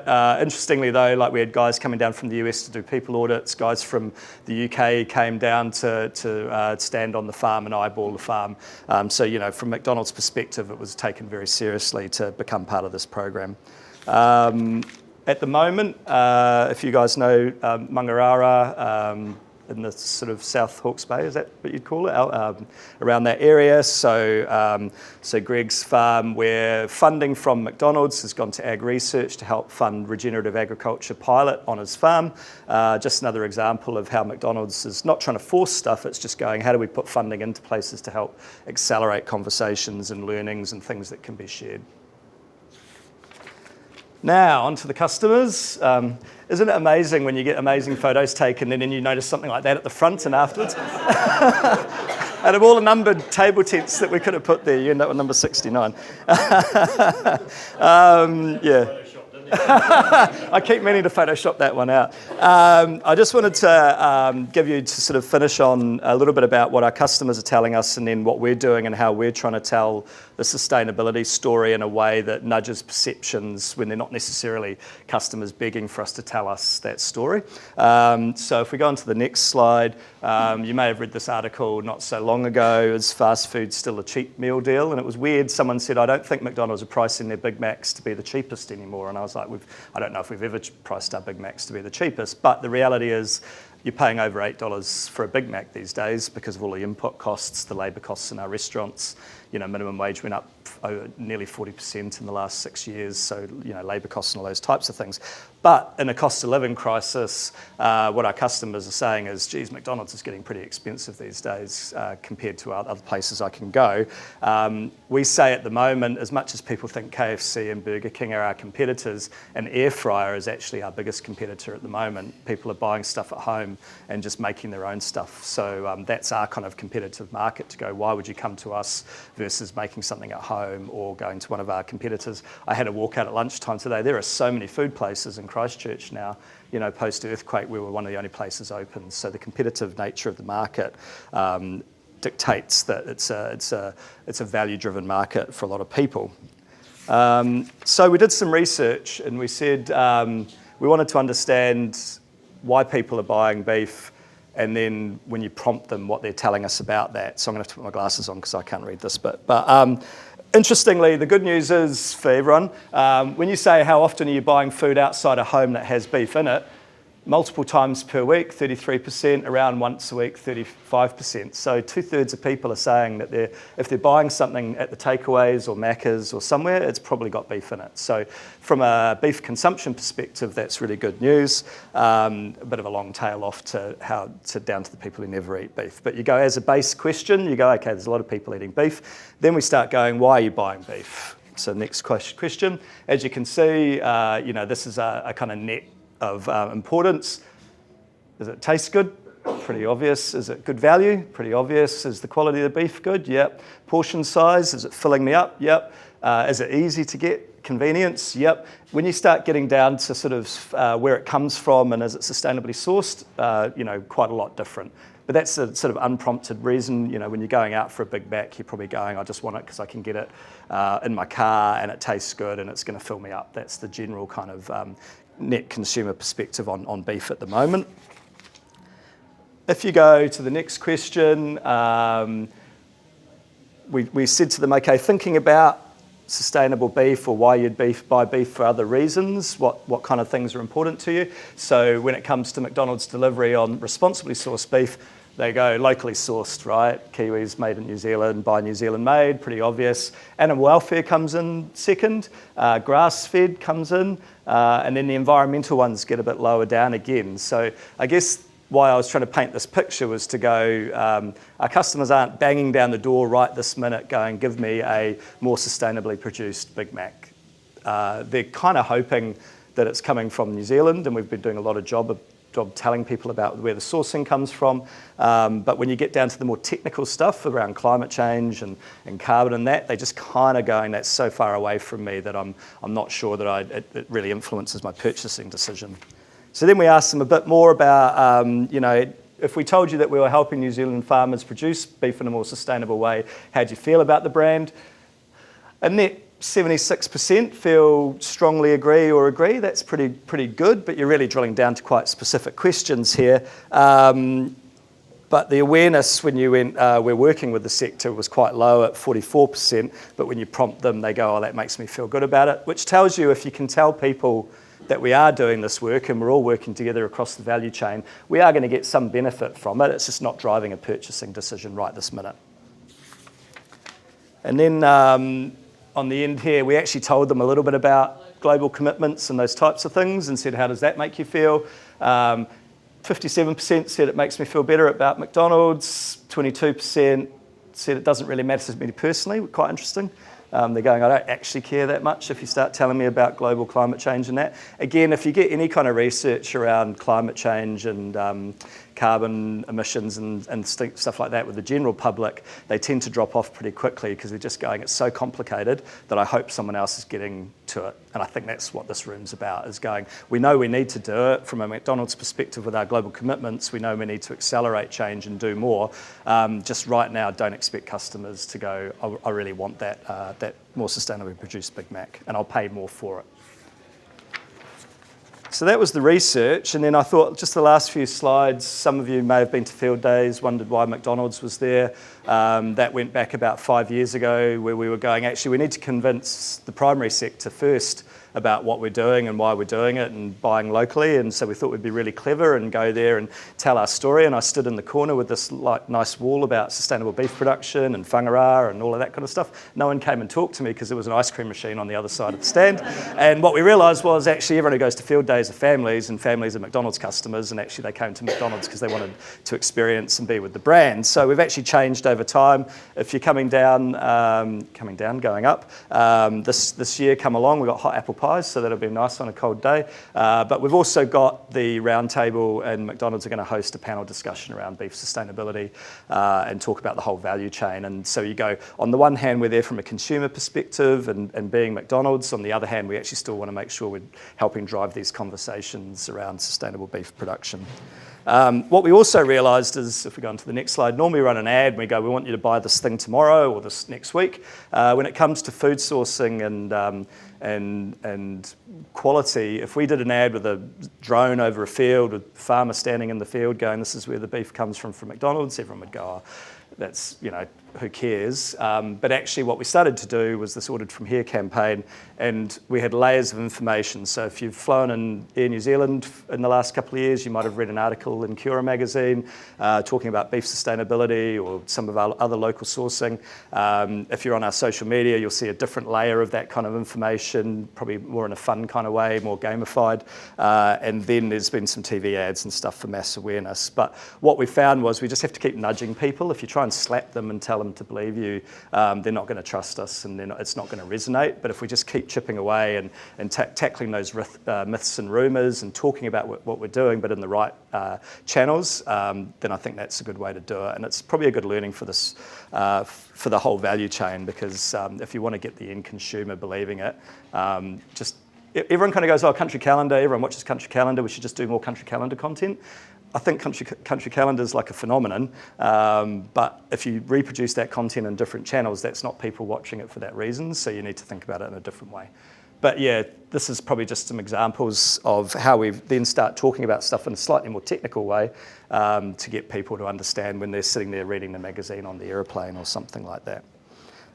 We've seen now over the last 3 years that people's perception in our food sourcing and quality has changed quite markedly, and we have different customer segments, and we've seen that change over time. So it would suggest that this kind of approach for McDonald's is working, and we'll just keep plugging away, and it will start getting into the world of climate change and all of those kind of commitments. Sorry, that was a whistle stop and I was talking fast, but that's all I've got to say. Mary's got the really interesting technical stuff you can quiz her on. And I don't think we're doing any questions because we haven't got much time, have we? So yeah. So anyway, so thanks for your time, and I'm around for beer if anyone wants to talk.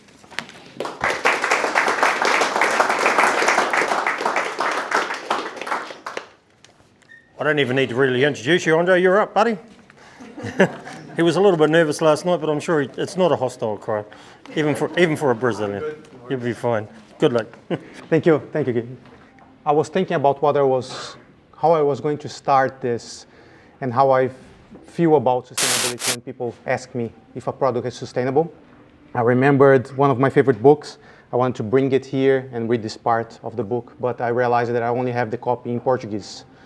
So I brought just the paragraph I want, and I hope you realize which book it is. I'll be disappointed if not. A group of hyper-intelligent, pan-dimensional beings demanded to learn the answer to the ultimate question of life, the universe and everything from the supercomputer Deep Thought, specially built for this purpose. After 7.5 million of years, the computer said, the answer for the ultimate question of life, the universe, and everything is 42, said Deep Thought with infinite majesty and calm.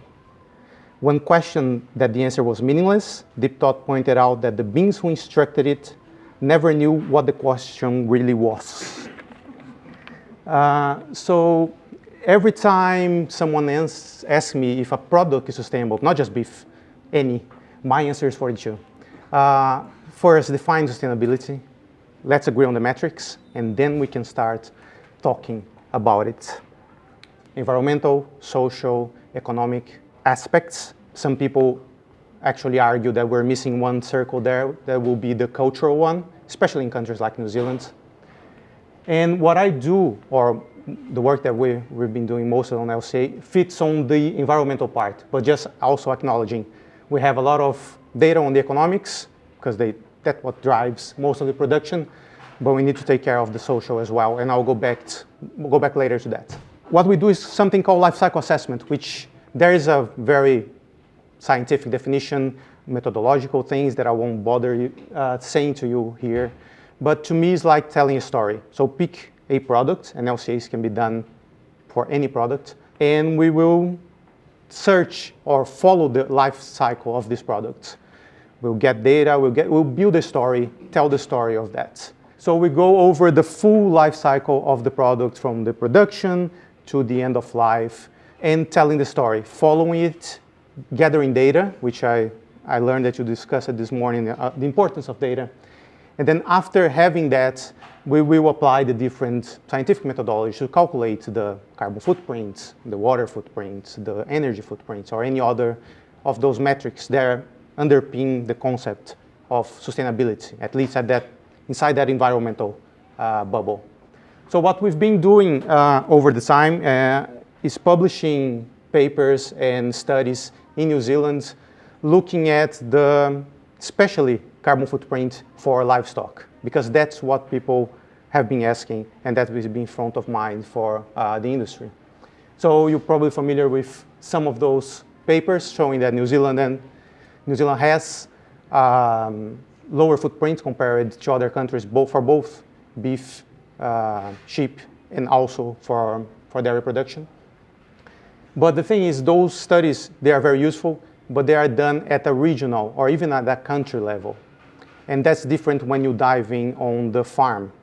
So we have been doing that recently, looking at individual farms and collecting data from individual farms for dairy, for beef, for sheep. So and companies have been working on this type of certifications, which is a stamp showing that they have a carbon neutral or carbon zero product. So on the left there you have the Simply Milk, on the right the Silverfern Farms beef, working with Toito EnviroCare. What we do at AgResearch is calculating that story, telling the story, calculating the footprint, and then those companies work with Toito to get their certifications. And that's specific for a carbon one. What I see happening a lot is, yes, carbon footprint, very important, but we need to look for other environmental burdens as well. The thing is interesting to hear from Simon about the McDonald's perspective, because what I've been hearing from the industry is that not the consumers, but the people that buy their products. So people that are buying the Silverfern Farms beef, either for consumption or for selling for the other products like McDonald's, people are demanding to know the origin of these products and the footprint for them. The advantage for beef, and I can see that happening in the future, is that if we have data, we can trace back that piece of beef specifically to the farm or to the processing plant that was produced, which means we can have customers looking specifically at the beef that they are consuming. The important thing here is we've been focusing a lot on the carbon emissions, and that's both because of internal regulation that is coming, and also because of the international market that is demanding for that information.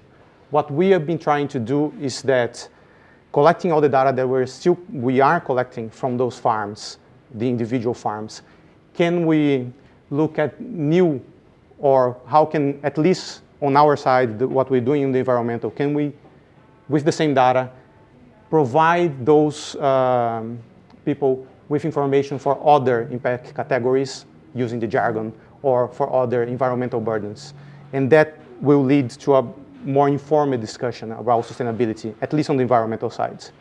But as you can see there, what I don't have in red are those things that are missing and we should be looking at as well. And they're mostly related to the social part. So we have a good future and looking forward more and more to the environmental side. We know the economic data that underpins the whole business.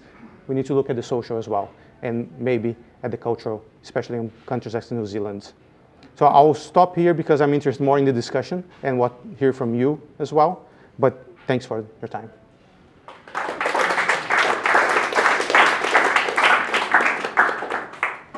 What I'd really like to know, and I'll ask you first then. I was wondering when this was coming. What have you been doing in the beef sustainability space, and what are your plans for the New Zealand industry? Oh, that's a nice one to start. Thank you for just bringing that one on me.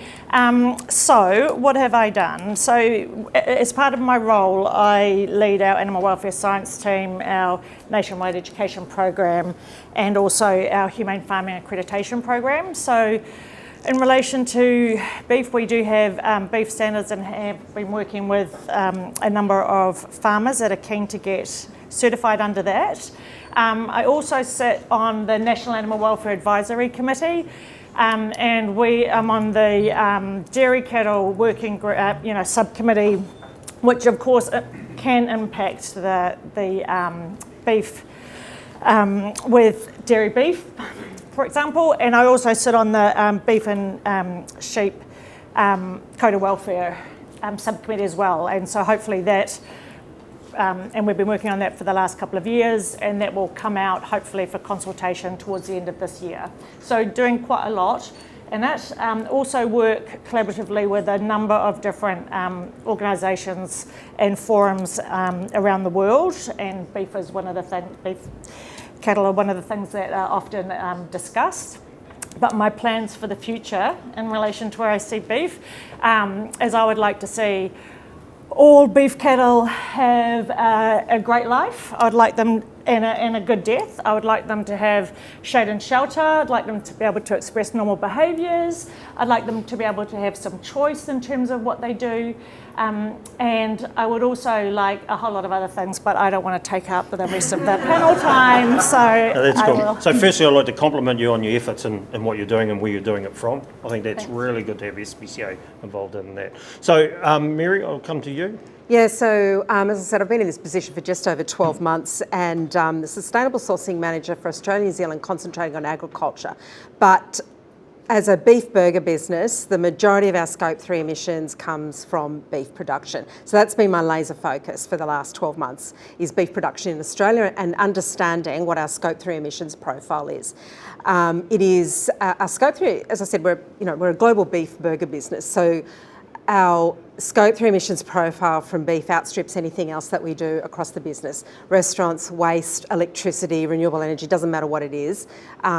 Beef Scope 3 emissions profile is our largest concern from that perspective. So that's been my focus in Australia as one of the major beef exporters globally. It's really important that we get a handle on that.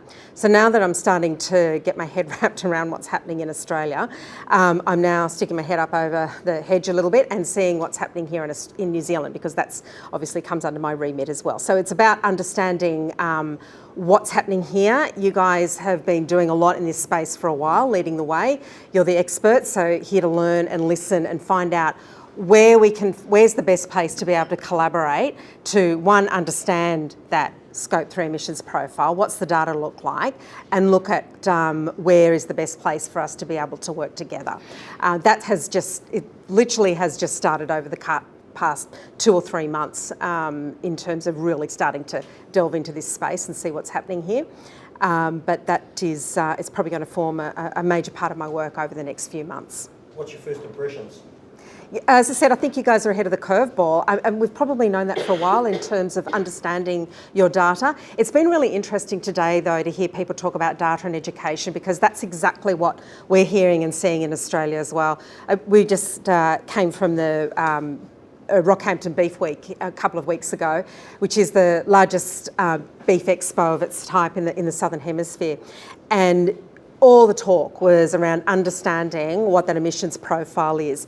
But also too, it's like, okay, it's there, what does it mean? What do I have to do? Everyone's just so hungry for information and to understand what it means for them, whether you're a producer, whether you're a processor, whether you're a retailer.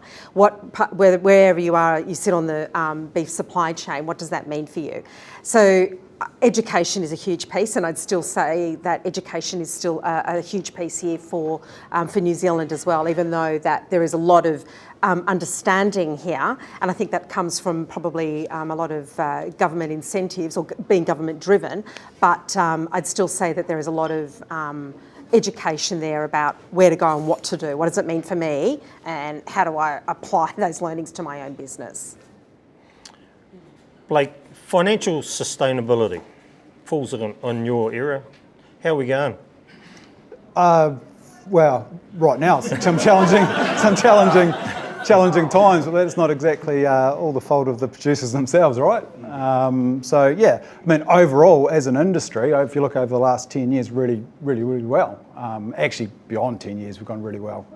Despite all those challenges and pressures that have come towards them, sustainability in the environmental sense is one of those challenges that we are dealing with now, have been dealing with for a couple of years, and we'll actually have to really confront over the coming years going forward, which will have financial implications for businesses. So lending and borrowing, if you're looking to be more sustainable or in front of the curve, as Mary said, how's that looking there's definitely benefits in that space? Well, look, where I think it's interesting from the bank's perspective, where it's probably, I've been in this game for 10 years with a bank, where it's changed over the last probably 2 years, increasingly it's about the impact that our lending activity is having. So there's two bits there. One, we've got to look after our clients. So what does this mean for their business? So what are the business risks and opportunities all this means from a financial perspective? We kind of get that because that's always kind of been in our wheelhouse. There's a bit of training and education that needs to go on with our staff to go, actually, how do we facilitate the right conversations there? The change I'm talking about, though, is our stakeholders, whether it's our regulators, whether it's investors, whether it's our clients, they're saying, no, what actually impact are you having on the climate? What impact are you having on water quality in New Zealand? So we've increasingly got to start tracking, actually, how are we going there? What does that look like? The challenge we've got there is ultimately we're asking other people to do that, i.e. our clients. So how do we do that in a much more efficient, better way than we currently are, effectively? Sam, I'm going to change question for you here a little bit. Oh, I'm prepared so well for this. I know you well enough to know that you've been thinking about that answer, and that's unfair on Anya. So, actually, Nick had prepared. Do you have a thought on that before we change tack? Oh, yes. Yeah, go ahead then. I guess where we've been focused is on answering sort of three questions, right? Where are we at? Where do we want to go? And how do we get there? And the first question, we've talked about life cycle analysis today. So we've done that on the sector. We sort of know where we're at. We know what our footprint is. We know where we sit globally. The second thing is, where are we going? So what is the target that we're trying to hit? And so that has been a massive sort of effort in terms of, looking at climate change metrics globally, a lot of work around GWP star, warming impact versus GWP 100, and what does this mean for targets and what does it mean for our industry doing their bit, right? So that's an ongoing, I guess, negotiation and debate and scientific investigation between industry and government. And then the third thing is how do we get there and what are the tools that farmers have at their disposal? And I have quite a simple formula around productivity on farm. It's genetics plus feeding plus animal health and welfare, right? And we know that for sustainability, genetics is going to be one of our massive tools in the toolbox. So looking at big investment in there. And then it's around, I think, Sam asked the question today, are you here, Sam? No, I don't think he is, but we know our figure, but what do we do with this, right? And we know that nutrition and growing animals fast is a massive part of that, but how do you fit that into farm systems? And then we know animal health and welfare, or animal health particularly, is a massive cost, right? So internal parasites, facial eczema, things like that. How can we take those costs on the animal out of the system so that actually when we're using the right genetics and we're putting the right feed into them, we're optimising growth. And in doing that, minimising our carbon footprint in particular. Probably the other area, and I think if I look at the next 10 years or so, climate change and biodiversity are going to be two of the dominating factors that we deal with in global food chain. So for us, getting a head around biodiversity and where we're at on that, right? So we have 2.8 million hectares of biodiversity on sheep and beef farms, 27% of New Zealand's biodiversity, but what does that mean? How do we use that to our advantage? How do we enhance it? And how do we capture value from it? And beyond that, how do we tell that story? And that is where I'm leading to with my next question to you, Sam. How well is New Zealand beef industry, or the New Zealand beef industry, positioned from the global perspective to achieve this? Yeah, I think we're actually positioned really well. And the great thing is that we've got opportunities to improve, right? So at the moment, we have what have we got? A million non-replacement calves in the dairy industry that are a massive need and opportunity for us to utilise. So where can we go with that? We know that we do have managed major animal health costs on our production systems in New Zealand. So where can we go with that? We also know that in our beef industry, our genetics versus our sheep industry, our genetics in our beef industry has pretty much progressed nowhere in the last 10 to 15 years. Whereas our sheep industry has just been going from strength to strength, right? So massive opportunity around really turning our beef genetics around as a beef industry. And then the last thing is that if we look at consumers and customers internationally, our story and how we produce in terms of our free range, low input systems, no antibiotics, no hormone systems, that absolutely resonates with customers internationally. And so it's about how do we present New Zealand on the world stage and make sure that customers internationally actually understand who we are and how we produce. Anya, from an SPCA perspective, and you've just travelled around, and what is the general consensus around New Zealand welfare standards and what we're doing here in New Zealand with farming? Oh, that's a good one. So it depends. It depends if you're looking at actually what is practice across industries, or if you're looking at our codes of welfare and the minimum standards within those, or if you're benchmarking it against our Animal Welfare Act, because actually when you have a look through those things, they don't all align necessarily. And so we know that we always have a bell curve with any farming sector, with anything that we do. And so the ones that are at the top of the bell curve are fantastic and world leading and doing amazing things. But we do have some that shouldn't be in the farming sector as well.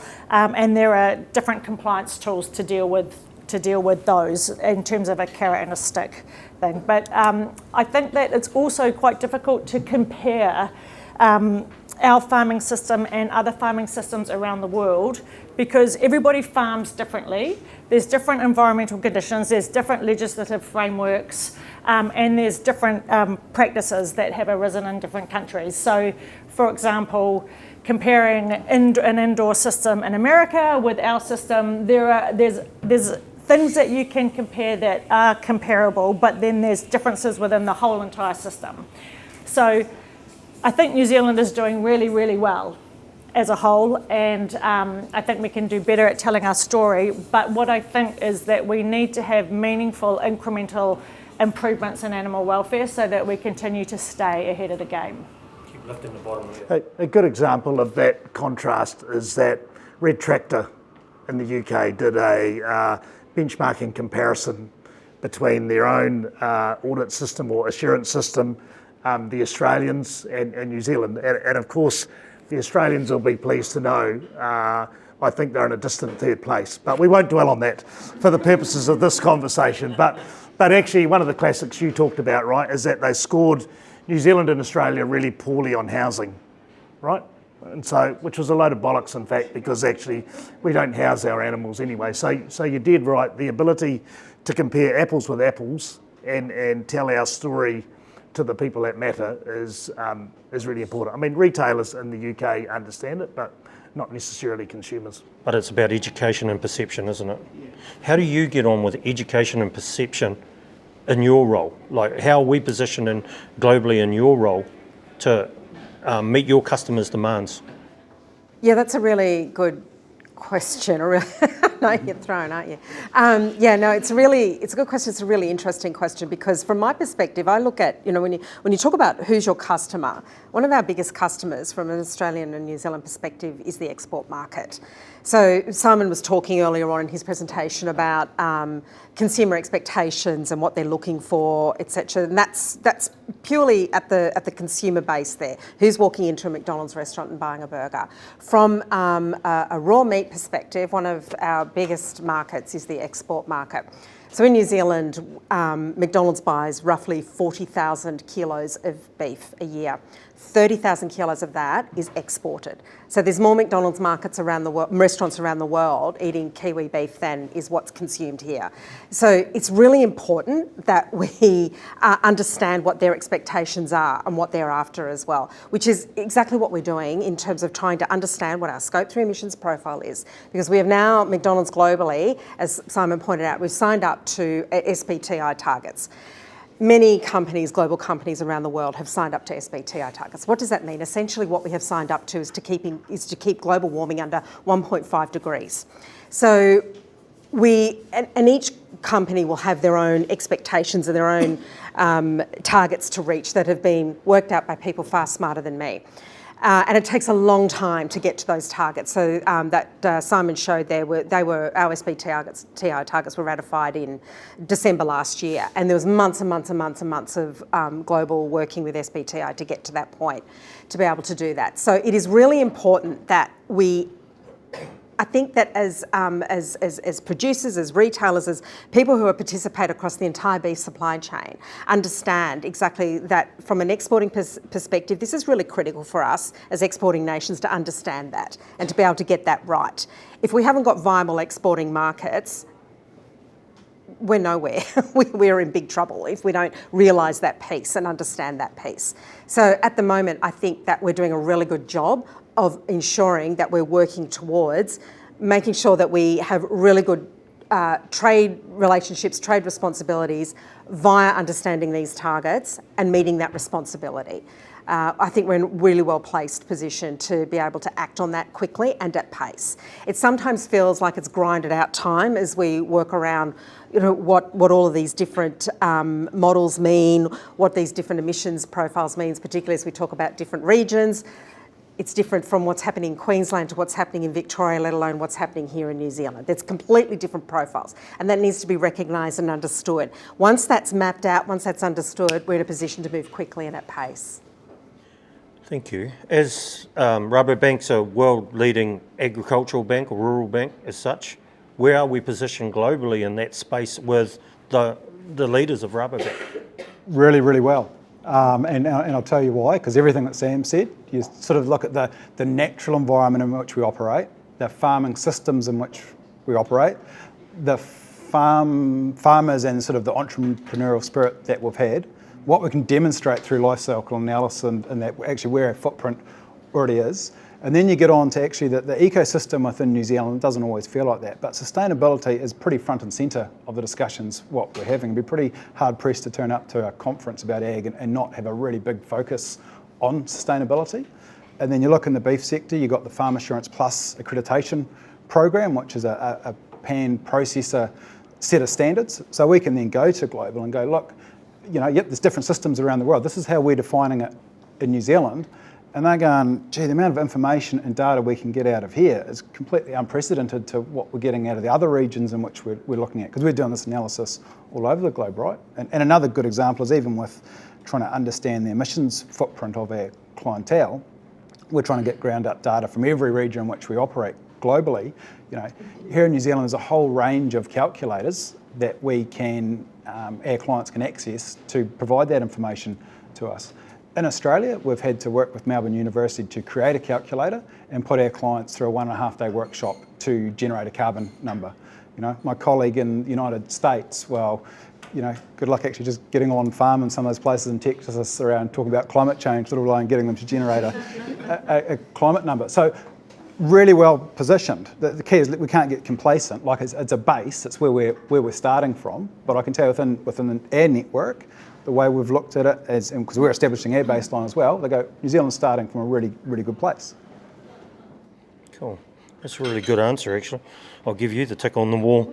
Hey, Mary, tell me, what are your wins? What are your, in the time you've been in the game now, and you mentioned it's only pretty new to you really, but what have your wins been? What have some of your frustrations been? And where are your opportunities at? Data, data, data. Data's a win, data's a challenge, data's an opportunity.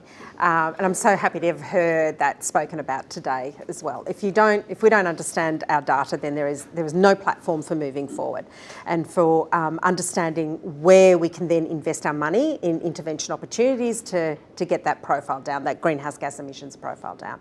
So in Australia, we've had a project called T2T, Tassie to Townsville, which has been working with 3 groups of farmers across 3 different geographies to map out what their baseline is, what that looks like. So central Queensland, southern Queensland and in Victoria. So 3 quite different farming profiles to be able to understand that. We've been out, so we're talking about 45 farmers, something along those lines. So it's a small group, but that's what this looks like when you're starting out on a project. engaging with our top line producers. So we've now got starting to get an understanding of what that profile looks like. So now we are now going on to phase 2 of the project, which is looking at, okay, let's read that data and look at what's best to be able to invest in for getting that down. Is it something, is it tree planting? Is it herd genetics? What is it that we need to be doing to make the biggest impact in those different regions? So overall, our beef strategy is it's data, it's industry engagement, and then it's the intervention, and that is exactly what our strategy is going to be here as well. Is data helping McDonald's with the claim of greenwashing? Yeah, it is, because you basically, you obviously need to partner with the right people as well, but once you understand your data, then you stand behind it. So data doesn't lie, it's the data, you know. And when you're working with organisations that are grounded in quality science, back science, like you talked about the University of Melbourne, those where the credible science is coming from and being led by, then you get to stand behind that. And you quickly be able to bat off any concerns that people have around greenwashing.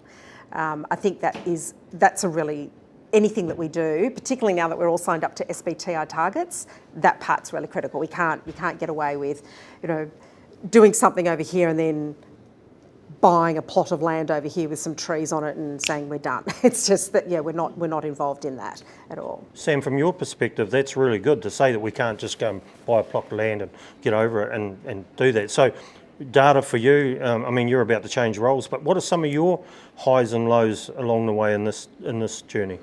Yeah, I think from my perspective, I'm actually very proud of the way that we've been able to influence international discussions, right? And GRSB, both domestically and the global organisation, have been massively important in that. And one thing that I would say is this organisation internationally is becoming a very influential organisation, and one that I would encourage the industry to get behind and back. You know, Nick and I are getting up at 3 a.m. in the morning to attend these national global meetings because we believe it's becoming influential, and it's a way that we can influence the rest of the world to where we believe is the right way and where we want to go. So GWP Star is a classic example where we've probably been working on that for 6 years, and now it has started to become mainstream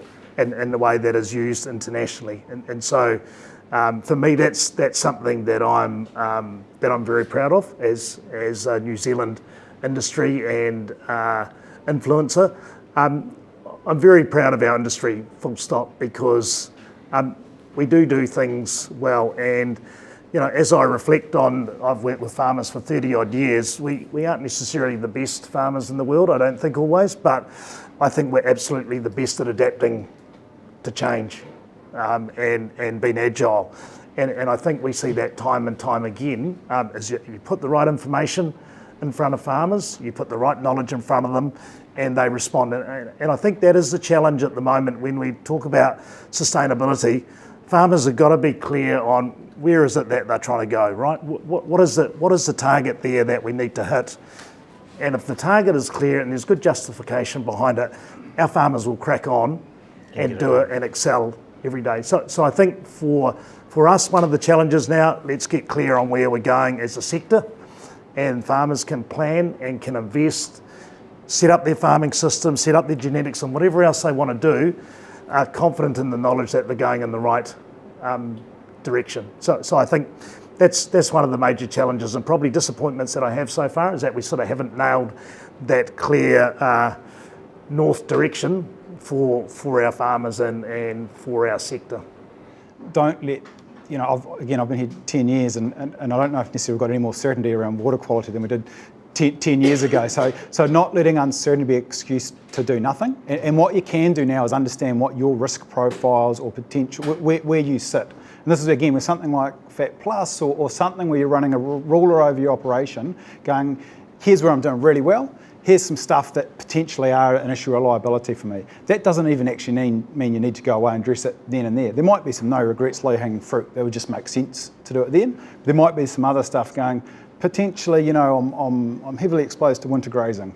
I'm not going to make changes now, but I do know if something does change from a central government or regional council perspective, these are the kind of levers that I've got, and this is where I've got to be prepared to go potentially relatively quickly. And maybe it's I need to strengthen up my balance sheet to give me resilience for when that does happen. And I can't keep pushing right up to every single limit that I've got because I'm heavily exposed to a few of these risks right here. So I think that's the action you can take now, while it certainly does come around actually where do I need to go to. And then that's when you could probably more from your investment or farm systems change, you might make some decisions. Financial security gives you the benefit of being able to do that though, doesn't it? Gives you options. Yeah. And I think that's the point that we must not miss here, you know, in terms of Beef and Land New Zealand and where we're focused on, you know, absolutely a laser-like focus now on productivity and profitability within sustainability boundaries, right? And if you're you know, you're not in the black, it's quite hard to be green, and if you're red, it's really difficult. So we've got to make sure that financial resilience is there, both to invest for the long term, but actually that's what sustainability is about. It's financial sustainability, which, you know, builds community sustainability too, and that's one of the biggest challenges we have in the sheep and beef industry right now, is that we're just not profitable enough. And we need to be more profitable, which allows farmers to do the things that they need to do. So that they've got the options available. Ani, what are some of your best achievements and biggest frustrations? I just want to say one thing. Yeah, go ahead. That's the whole idea of a panel. And so the way that the lens that we always look through is a one welfare lens. Some people call it one health, but one welfare is more encompassing. So that's about the animal, the people, and the environment, and making sure all the needs are met, and that it's a balancing act, of course, at all times. And you can't look at animals in isolation without looking at the people and the environment. So it's really you need to have a really holistic viewpoint. Frustrations, successes. I think when I joined the SPCA, which was close to 8 years ago, it was a federated model. So they were all individual incorporated societies, and we brought the whole organisation to one over the next 18 months, which then allowed us to start implementing evidence-based standards across internally across our centres, make sure all our people were trained, and then start leveraging, then I was allowed to start building up my teams. So that allowed us to have a collateral and start working outwards more, and working with industry and government in particular, and then working globally. So that's probably been my biggest success. Disappointments, I know it's probably not going to be liked in this one. Disappointment, the coalition government's looking to reverse the ban on live export. That's a disappointment. I've found documents that the SPCA had spent 50 years campaigning for that, and when we got the ban, we were pretty excited about that. So that's a frustration. There's some other frustrations as well, that the greyhound industry has been on notice for a really long time. They've had 3 independent reviews in the last 10 years, and so we're just waiting for the minister to make a decision. So not beef cattle related, my disappointments. I'm quite happy with the beef cattle situation. So, except that I do think we just need to continue to move forward, and we need to integrate all our dairy and beef cattle systems to end up with better, absolutely better outcomes. So, yeah. Is that enough? Do you want more? I could keep going on. I'm trying to be good. But what I would compliment you on is the fact that you're involved in this, and we're hearing your perception, your wants, your needs, and we're getting an understanding. And it's a two-way conversation going on here. It's not you sitting on a TV screen and somebody taking it the wrong way. And I think is anybody else in that boat with me? I really think it's great that we're having this two-way conversation. I've got Sam, beef genetics, you touched on that. It's obviously a big field where we can make some big changes. And what do we need to do? Like beef, if you said to a bull breeder you're taking too long to do something, I'm sure they'd shoot you. Yeah, I guess I guess in terms of the, bulls determine most of our genetics, right? They have the most massive contribution to progeny, I guess, is that we're still not using genetic information well enough in terms of, firstly, our bull purchases and what the objectives are that sit around them. I think the second one is obviously, how we utilise beef genetics into the dairy industry. So we've got a massive bunch of cows here that we don't need to feed maintenance to or feed inputs to, so they're a great opportunity. How we put genetics in there that actually give us excellent beef and excellent consumer experiences at the end of it. I mean, our ingredients beef is absolutely valued the world over. If we look at our prime products, it is quite variable in terms of the quality that we offer the customer. So there is quite an opportunity there to improve what we do, as well as simply how many kilograms of dry matter to a kilo of beef produced, and that's how, whether it's around growth rate, whether it's around genetics, animal health, or utilising the dairy industry, there's still tremendous opportunity there. Blake, I'm going to come see you on Monday and see if I can't get some money to develop a low methane bull stud. Will that be okay?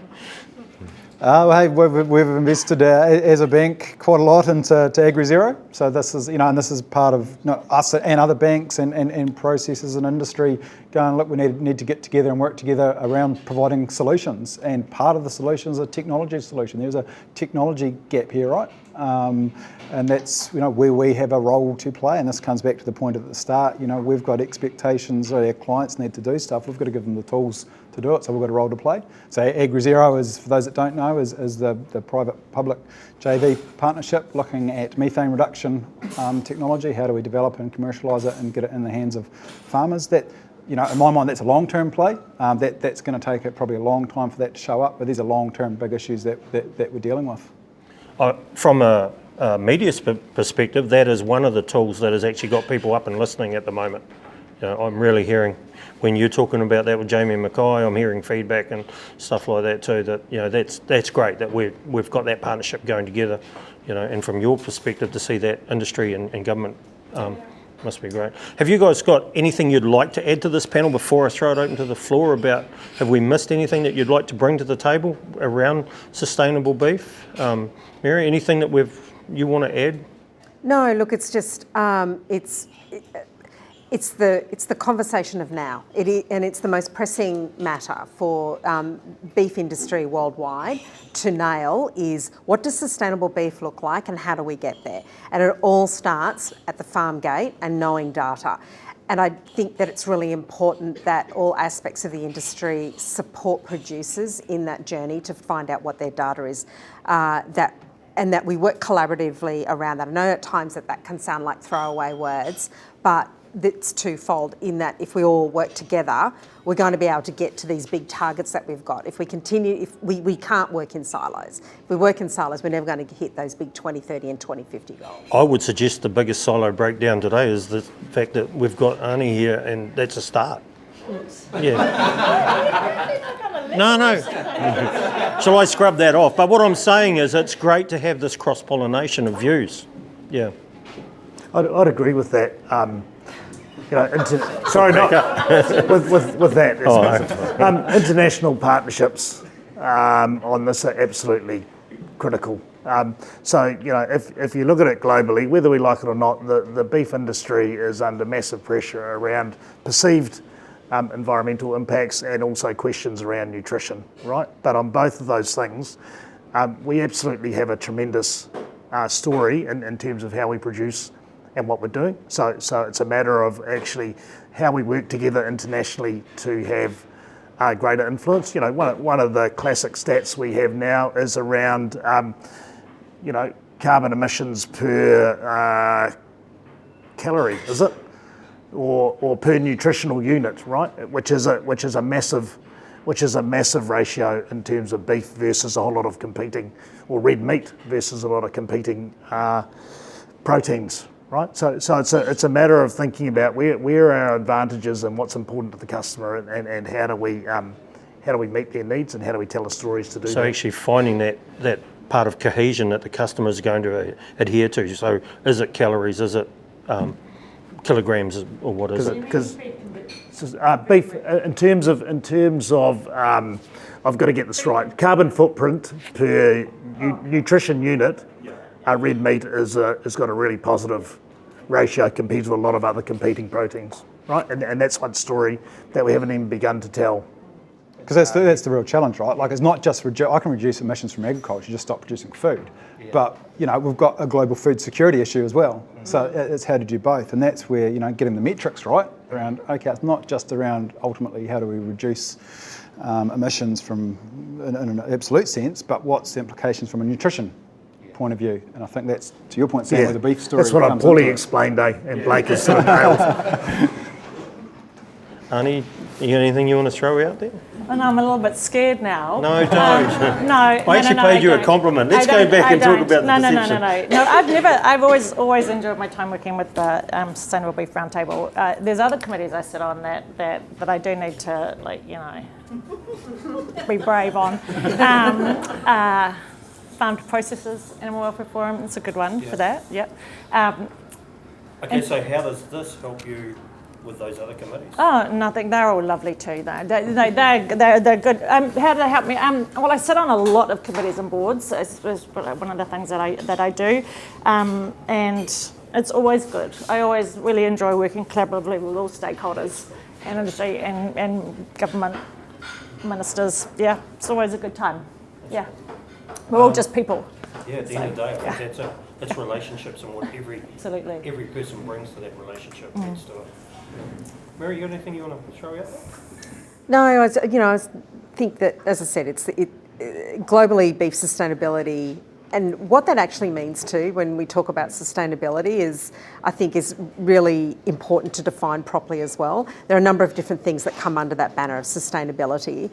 Is it your greenhouse gas emissions footprint? Is it animal welfare? Is it employment within the industry? There are a number of different things that fall under beef sustainability at the moment. So I think and they're all big challenges for the industry, but they're also two massive opportunities. Sam's been talking about selling the story. Kiwi beef and Australian beef have the best beef sustainability story to tell globally, and we need to get better at selling that story, because when we talk about telling our story globally, we're talking about our export markets, and we are exporting nations if we're nothing else, and that is a really important point to nail, is to make sure that we are selling that story right, because those export markets are just crucial to everything that we do. From our country's perspective, it's crucial that we get that right. But we also need to make sure that we don't do things wrong, right? At the same time, because I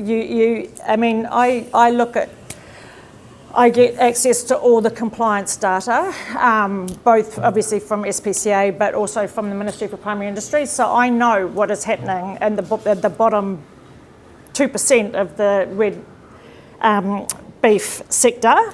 And I know what current investigations are going on, and I know what the outcomes have been, and I know what prosecutions have happened. And what we don't want is for those to end up on the front page of the newspaper and the Guardian and all around the world, because they do have an impact.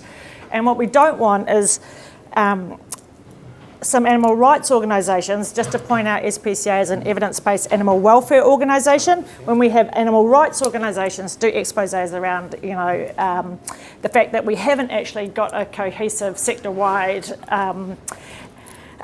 success story yet with bobby calves. So, and another expose, around the world. So we don't want things like that to happen. We just want to keep doing it over here and dragging that bottom sector with us, or them exiting the industry, and whether or not that's from the leadership from the sector bodies, or they're forced out because they've got a prosecution and they're unable to be in charge of animals anymore. But whatever it is, we need to deal with that, because that can have a significant impact on our reputation internationally. So owning that bottom quarter, or bottom percentage I should say, and delivering changes to that is as good as the best advertising we can do. Yep. Cool. Any questions from the floor? Just one other observation too is that I guess we just have to keep progressing, right? Because we're entering a trade phase that has probably been the toughest since the Second World War, almost, and that there is an increasing protectionism internationally, inward looking.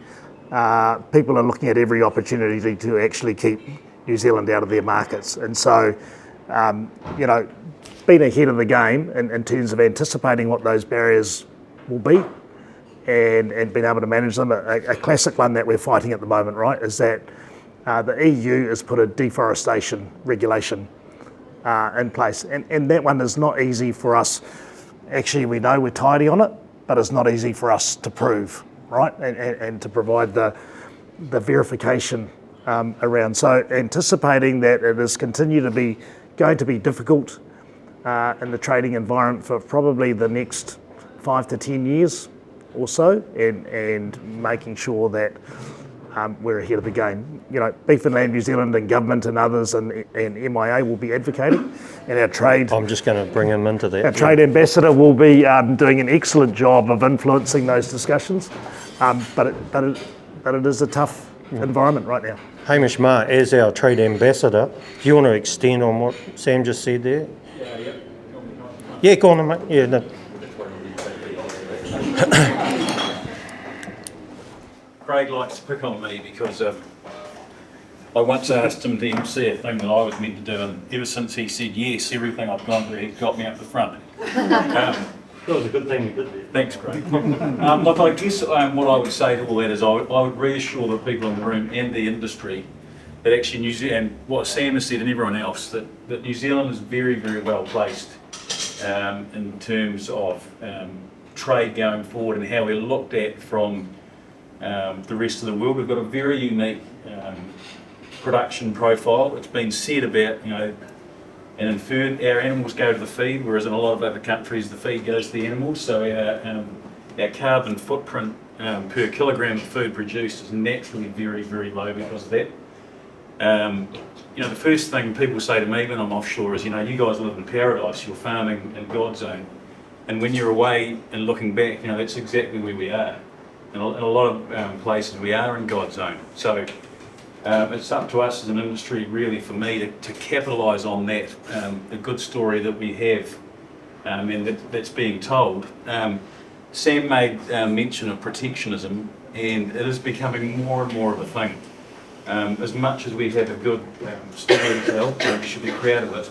The rest of the world, for some strange reason, sees us as a real threat in terms of production, and that we have this untapped pool of products sitting here that as soon as the box is ticked for trade, that we're going to pour lamb or beef or dairy into their markets and ruin the existing markets. Now, one of my key jobs actually is to say that, you know, we've reached peak cow, we've reached peak sheep, we can't do that. What we want as a country and as an exporting country is we want value-add product.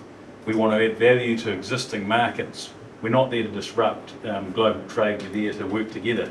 Because 85, it was mentioned this morning, 85% of our, 87% I think it is, of our export incomes comes from the primary sector. So it's vital that we get that component right.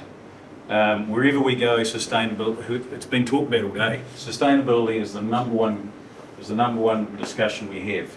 We have the head start. We've got a great story to tell. The key is just to keep empowering the industry to do the right thing. You know, all of the things we've heard today, the audits, the assurance schemes, all of those things make little incremental differences, but when you add them all up, that's where the value is. I think I'd finish there, Craig, but I would leave one question that someone else can answer. And amongst all that, where is the value for the farmer? And how do we extract the value? And that's the industry question, I think. That's your eternal question, though, isn't it? Yeah. We've got to find the value, because we're a little trading nation at the bottom of the world, a long way from our markets. So, you know, whatever we do, we've got to add value and extract the most value out of our product that we can. So, yeah. Has anybody got an answer or want to come back to Hamish on that, or is that just a rhetorical question that we're all asking? Yeah, that's what we're all asking, I think. Yeah. Yeah, I guess you know, one of the things I would refer to is you know, Taste Pure Nature, and what is Taste Pure Nature? Taste Pure Nature was developed back in about 2019, and it was sitting down with the sector and saying, what is the story that we want to tell internationally? And then we went and tested that in 8 markets around the world with a whole lot of consumer segments, and actually found that there are certain consumer segments that story actually resonates with. So what I would say is we've got to apply some sophistication to actually what is our story and how we take it and how we find the consumer that is going to be resilient, right? That is going to be resilient to economic changes, because the classic at the moment is that we are suffering because one of our big customers or consumers financially is going through a tough time. And you know, China is the classic there, right? Where we're bearing the brunt of their tough economic conditions. So finding those customers that are resilient to economics ups and downs and can afford to pay us because of our attributes and what we offer them. That's easier said than done, because you know, we have companies that are working really hard at doing that, and they are still feeling the clinch at the moment.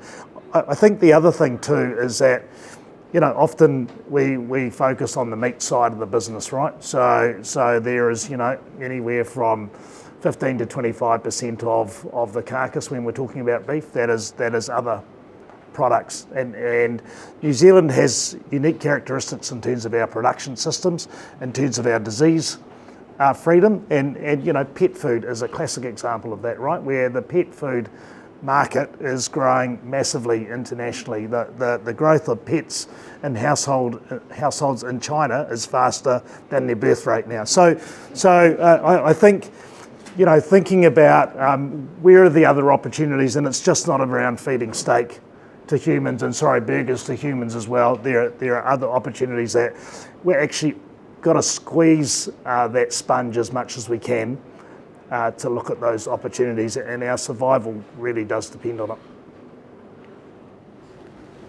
Okay, any questions for anybody? Yeah. I guess it's kind of on that, you know, where's the value for the farmer?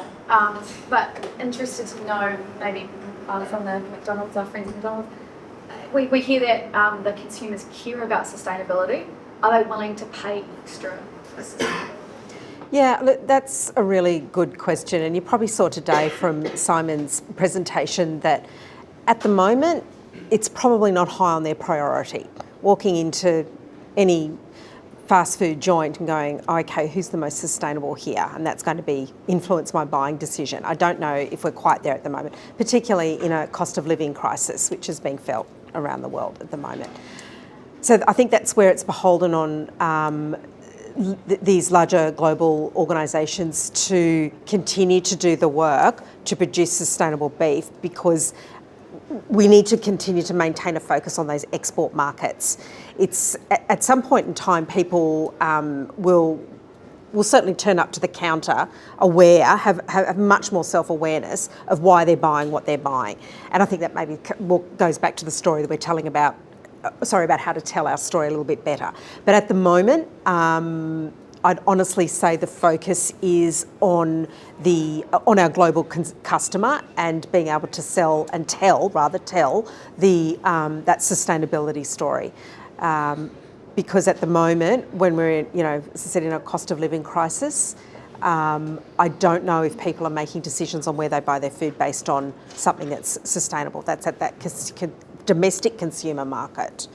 There is a fairly clear signal from McDonald's is that farmers need to get on the sustainability game and take action.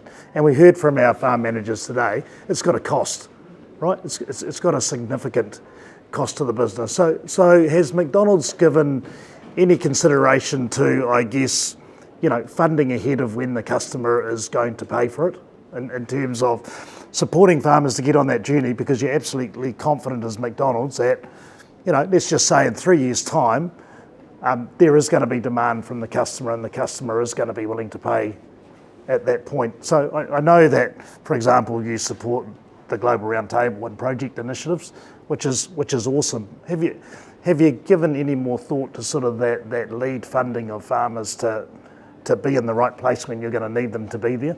Yeah, so when we talk about, our strategy being data, industry engagement and interventions, it is all about looking for the right opportunities for collaboration. There's a real recognition that for a long, long time, farmers across all aspects of agriculture have had to carry a big burden in terms of change and change management. And now we have SBTI targets and we have big goals. It's always my North Star. Where's the carrot to be able to bring people along with us? And I think that is something that is, when we talk about collaboration and the people that we're working with on the ground, so our processors and our grinders, those organisations that we're working with, that's what we're talking about in terms of collaboration to be able to make the change at the farm gate where all of our Scope 3 emissions sit. So it's not about asking, farmers to go off and do something with, absolutely no support whatsoever. And at the moment, that's a continuing conversation around what we're doing. So when I talk about understanding the data, it is about understanding our data so we know where to go and make the right investments and look for the right opportunities and to not be throwing good money after bad. Mary, your father, who's a beef raiser and stud farmer in Australia, probably asks you that question all the time. When are we going to get more dollars out of this? So just to let you guys know, there's a fair investment from a long time ago here in this space. Ian, you might be able to help out on this. The Canadian Roundtable had a certified supply chain, complete from producer to retail level, and they were actually getting a premium for that product in market at consumer level, and at some stages they were unable to keep up with consumer demand. So back when people were actually spending money and weren't in this current situation, over there it seemed to work quite well. It did. It's worth noting maybe they weren't able to keep up with demand because of the low uptake at the producer end. So it's worth framing that it didn't take off rapidly. It was quite difficult to do. We have a unique challenge in beef as well in that unlike standards in soy, sugar, like if I'm Coca-Cola, I don't want to talk about the sugar in my product. I just want to remove any risk from a corporate affairs point of view by having sugar. Whereas on beef, I want to brag about my beef. I want it to be different than. One thing I don't want to do if I'm a high-end retailer is say my beef is just as good as McDonald's. No offence to McDonald's, but that's the reality of the position. Beef is uniquely competitive. So standardising sustainability in beef has always been difficult because it's a premier product. So we have to think differently about how standards work. And that was one of the challenges why you don't see A&W use the standard in Canada, because their biggest competitor uses it. So there is a challenge in using standards in beef for that reason. Potentially we standardise what is unsustainable rather than what is sustainable. So rule out the bad together, but allow each other to compete above that. I've got a caveat to Hamish's query from earlier on, I suppose, about where is the value for the farmer. Robin asked us this morning to be honest with ourselves. And I think as a sector, we need to be honest with ourselves in asking us, do we have consistency in our product to deliver to those markets where we can find value add? And I think the answer currently is no. So I think until we get consistency, particularly in our red meat, throughout our farmers and our suppliers, it's very hard to find markets to secure significant volume in New Zealand terms too, to be able to, I suppose, go forward and capture that value. Anybody got a Hamish? You want to reply to that? No, well, I guess do you mean we've got inconsistency supply? Is that a scale thing, or is that? No, so inconsistency in the consistency of the product we're producing.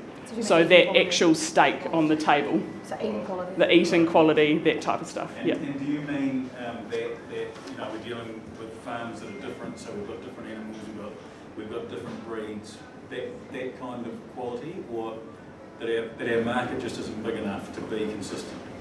No, well I think we're probably one of the, like you look at New Zealand, one of the smallest by volume, by tonnage, one of the smallest producers, I suppose, globally, we should be able to get more consistency than, the likes of America and that sort of thing on a tonnage base. We're just, I suppose, to be honest, stuck in the past, and we're not forward thinking. Does that come back down to the genetics that Sam was saying? One of the things that I'd sort of offer is that one of the reasons why we're efficient is we fit our production to our grass curve, right? And so at times, fitting your production to your grass curve can compromise your growth profile and your quality parameters around your animal. So that's always a really difficult thing for us. We have got people out there doing it and doing it well. So I suppose why can't we all do it? And I suppose it's a challenge to farmers if you want that value add market. If we can't meet the volume in terms of tonnes of that consistent product in terms of eating quality, that market we find asks for, then we lose it. I remember, and this is not an answer, it's just an analogy, that I was in West Virginia once and I was speaking in a group like this, and the farmer stood up and he said, look, I want to sell all my beef on the same day every year so that I can go on holiday, whatever the reason was. How do I do that? And I just said to him straight out, look, if you want to produce mince, you'll be happy with the price of mince. But if you want to produce ribeye and get paid for ribeye, you're going to have to work to get it. So I think that that's how I would think about that answer, is that it's not an easy job to extract the value out of it. You've got to work at it. That's how I would think about what you've said. Would that be fair? Yeah, I suppose to a point. Yeah. But yeah, I do think the consistency of the product we produce and where we think we are and where we are probably different. Our animals are in the environment, and the product we produce fits a market that wants that product. If you go to the United States and you go to a feedlot in a controlled environment, yes, the product is going to be very, very stable and consistent the whole time. But we're in the main not operating like that. And that makes it difficult for consistency. Good conversation. Next, anybody got anything else? Yep. Just around the cost to get certified, if I do class, absolutely. Like, there's a cost associated with that. But if we look at the KPIs and the metrics associated with reducing the intensity of greenhouse gas emissions, people aren't so interested. But they're the same KPIs and metrics to define a high-performing business. They're exactly the bloody same.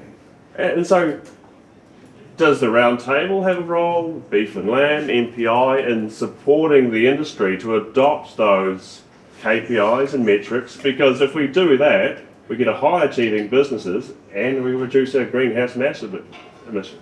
That's when Hamish, I mean, that's sort of what I've been thinking about for the last 5 minutes, is when Hamish said, where is the value for the farmer? The value for the farmer is in efficiency, right? If you are reducing your emissions, you're sort of taking waste out of the system, right? And that is often the relationship between feed for maintenance and feed for growth, right? Or managing animal health that, takes energy cost out of your business, or reducing your death rate, which reduces the number of replacements that you've got to carry in your business. So I think your point is really right, is that actually you can win on both sides, because a more efficient business depends on whether you look at absolute emissions or whether you look at emissions efficiency, but more efficient businesses is going to take emissions out per unit of product produced. And I think we saw that showcased this morning, around animal welfare, staff, and just the general environment that Hayden and Kate now find themselves working in is a long way better than what you were 5 to 10 years ago. Yep.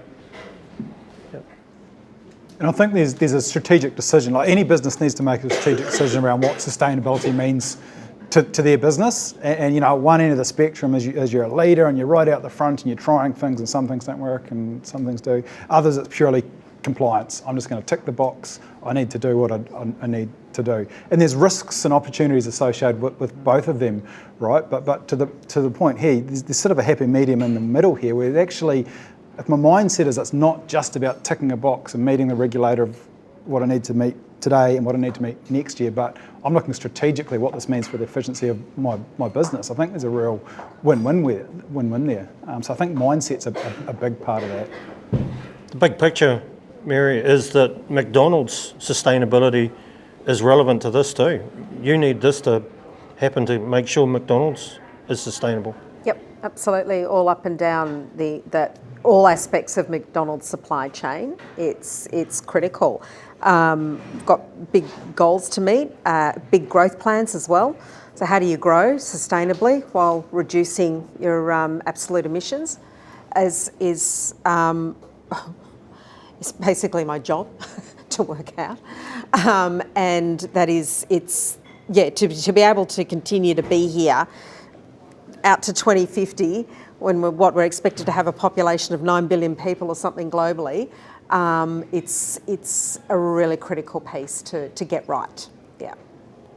Okay, we are in a bit of a breakout session now, so this is good. Chris? Yeah, I was just putting in the different many years ago, I travelled around Europe, and McDonald's was a place to go to. Really good food. I trusted it, and the toilets were always clean. Now we're talking about sustainability. Are we in the risk of making sustainability too much a list of worry for the consumers to get their head around, between climate, between carbon, between biodiversity, human employment, all sorts of issues? We've made it so complicated. I don't know the customer. I know how I used to look at it. Are we making it too complicated for the customer to actually get their head around that trust issue? I'm just not talking about only for McDonald's, but I'm talking about as an industry. If we got it right, or do we have to encompass everything and call it sustainable and define it and then try and sell it and get that narrative right? It's quite broad, but I just wanted to comment on it.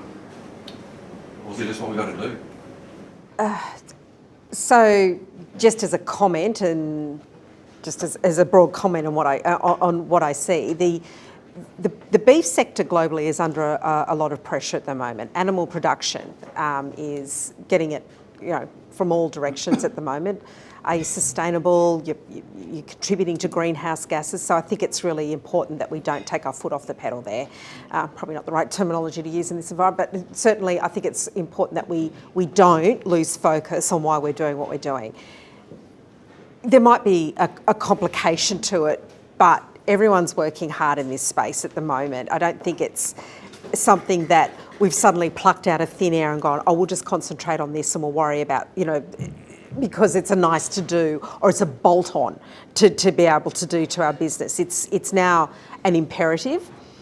And I think that I referenced it earlier on about SBTI targets. There's many global companies that have signed up to SBTI targets at the moment. McDonald's, Unilever, Mars, Nestle, they all have got SBTI targets. What does it mean to have an SBTI target? It means you are signed up to keeping global warming to under 1.5 degrees. That's the story. That's where we're at. So, and beef production is under pressure to show why they're not part of that problem. And in actual fact, I think we're in an incredibly unique position to be able to get our messaging right and to say what we're doing, how we are playing our part. Everyone's got to step up to the plate and play their part, and that we've actually got a really good story to tell. And to your point, maybe we can simplify it, maybe the industry as a whole can simplify it, but I don't think you run away from it or step away from it. It's now more than ever critical to lean in and get that narrative right and tell the good story that's there to be told. Yeah. The thing that frustrates me is we've been to Richard's farm 3 times, we've been to Monterara, only a few months ago. We've had the global head of sustainability come to New Zealand. McDonald's and people don't spend time doing that if they don't believe they're doing it for the good reasons.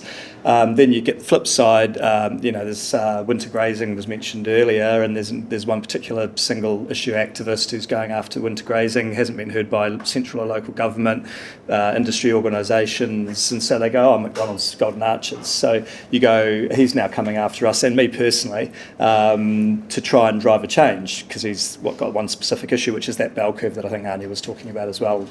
And you go, there's all sort of reasons for that. But to your point again, you go, the customer, like I showed you earlier, today is probably coming because they're hoping the toilets are clean and they can get the burger in less than a minute and a half. We actually make a rod for our own back by almost producing that burger too fast.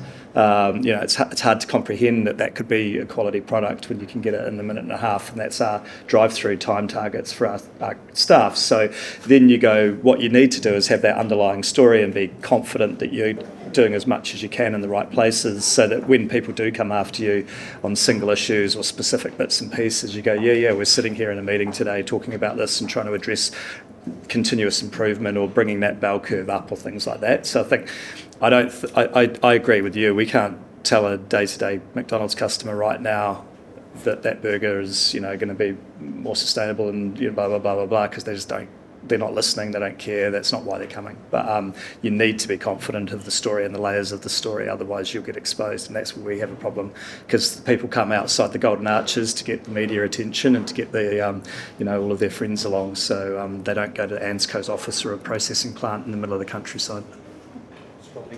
Okay, I've had a heads up, we need to wrap it up. There's one thing that I'd really like to touch on myself. One of the biggest drivers in poor mental health in New Zealand at the moment is succession planning.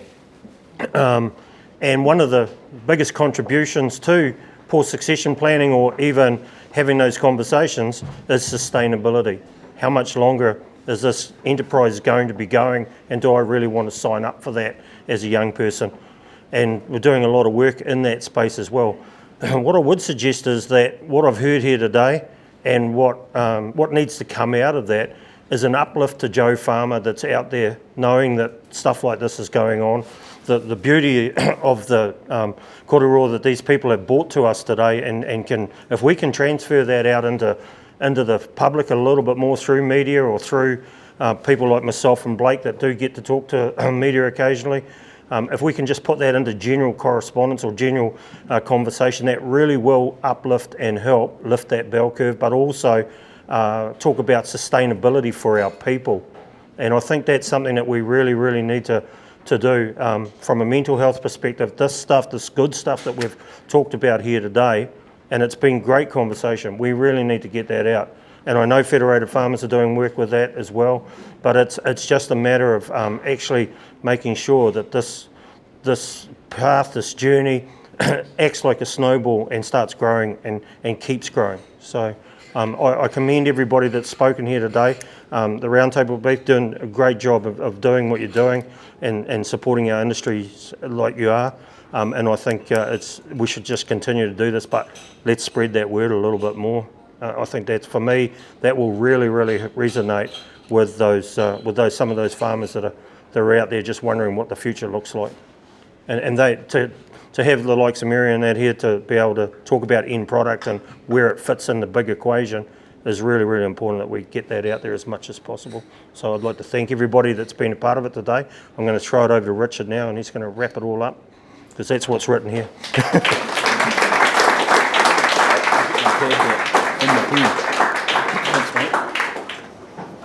Cheers, thanks Lee, and thanks everyone. I think it's been quite a long day.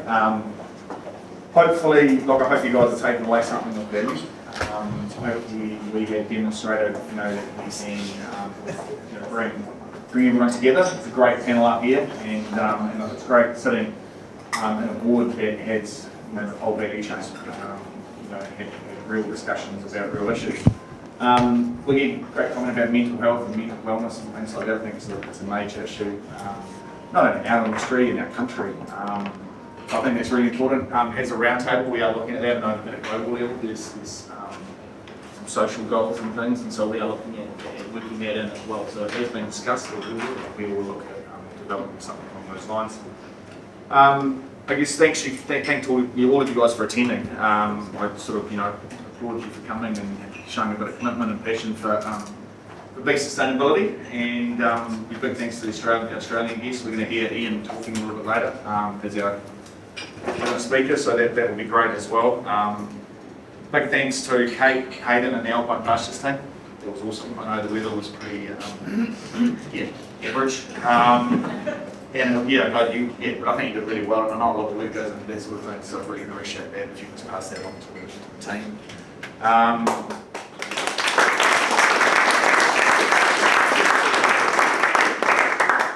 Thanks, Lee, for your facilitation.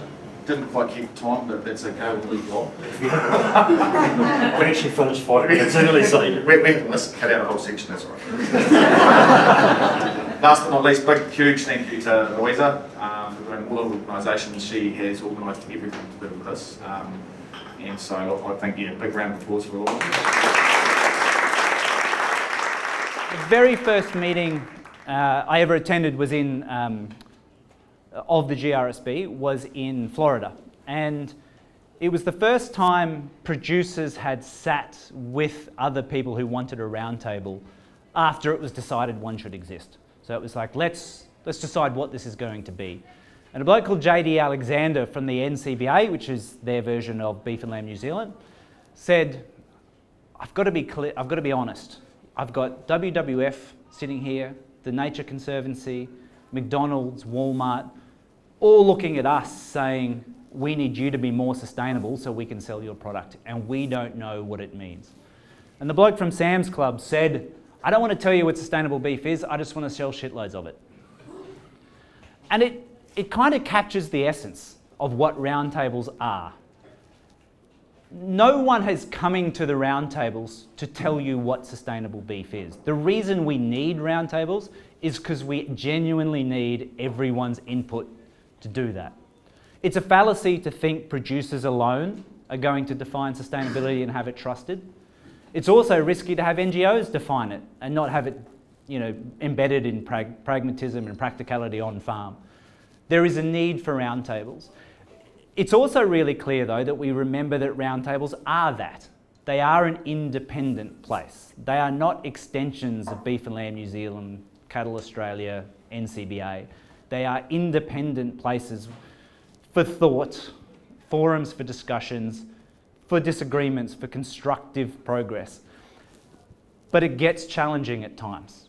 But the notion that no one group is there to define it, that's why roundtables exist, is key. Now, what was interesting though, I flew home from that. My first 4 weeks at WWF, I went to Florida, I then went to Canada for for the Five Nations, I think it was at the time, the Five Nations Beef Alliance. I then went to Zimbabwe for the Royal Agricultural Society of the Commonwealth, and then came home to Beef Week in Rockhampton. They were all constructive conferences until we got to Beef Week, and we were launching the Australian Roundtable for Sustainable Beef, which was the first roundtable under the GRSB. We had security in the room. There were pieces of paper being handed to people as they walked in the door that had the WWF panda with blood dripping out of its mouth eating a human skeleton.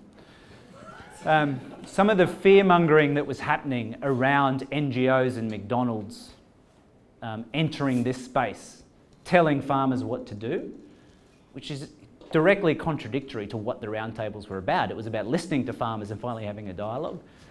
So that roundtable lasted about 2 weeks after that, and then it took another 5 years, a square table, and all sorts of things before we landed on the beef sustainability framework in Australia. But I was, at the time, was part of what they call the markets team at WWF. And the markets team at the time had 15 key commodities, and they were the commodities around the world that their production is driving the biggest changes to climate, to biodiversity loss, to water quality, etc. It got whittled down to 5. Beef was one of those 5. And it was led by a bloke called Jason Clay. And Jason Clay, I'd often just a real good thinker, and he'd said to me, we need to let ranchers innovate to the solution. And what he meant by that was, I need you to go into the roundtables and just make sure producers are aware of the scale of the problem. Don't tell them how to farm. Don't try and be a farmer in that audience anymore. Just make sure they understand climate. They understand biodiversity loss and the impact of cattle on that. But also allow them to say to you, I know how to farm my way around that. I know in my context I can do what you want. And then listen to them on what that solution is. And what we've discovered in roundtables around the world is that if we go to a farmer with a problem, a farmer comes to us with a solution. Where conservation groups have struggled in the past is when we've walked in and told people how to farm, or where we've walked in with the solution and not allowed the people who live and breathe that industry to tell us the solution. It was a really exciting place to work at WWF, because one thing they did really well was realise you can't teach conservationists the politics, jargon and of an industry, but you can teach a cattleman conservation, you can teach a forester conservation. So they pulled people out of industries and brought them into WWF. It was a really exciting team, sitting down with old timber cutters from Indonesia, fishermen from Sri Lanka as part of this global leadership team. It was an exciting place to work, and Jason Clay and his Markets Institute now in the US do some pretty important work. I had a colleague in Germany who took me for a field trip in Germany, where he was convinced he was going to tell me, as we land off the plane, I'm going to show you why you need to be telling the world we need to be organic, and the mistakes we've learnt in Europe for you to say around the world. And the first thing I noticed when we went to a cattle farm was next to the crush was an ivermectin drench. And he said, you need to be organic just like this farm. I was like, well, hang on. But you've got ivermectin here. We can't use ivermectin in our organic system. He goes, well, of course you can. It's good. If the animal's got worms, you've got to treat the worms. It's an animal welfare concern. I said, that's my belief. That's exactly right. And the vast majority of Australian and probably New Zealand production would be organic by your German standard. Under that. So there was this sudden sort of epiphany that we're like, maybe your request around the world for organic certification wasn't actually understanding how that's happening around the world. And that became true of so many requests we have.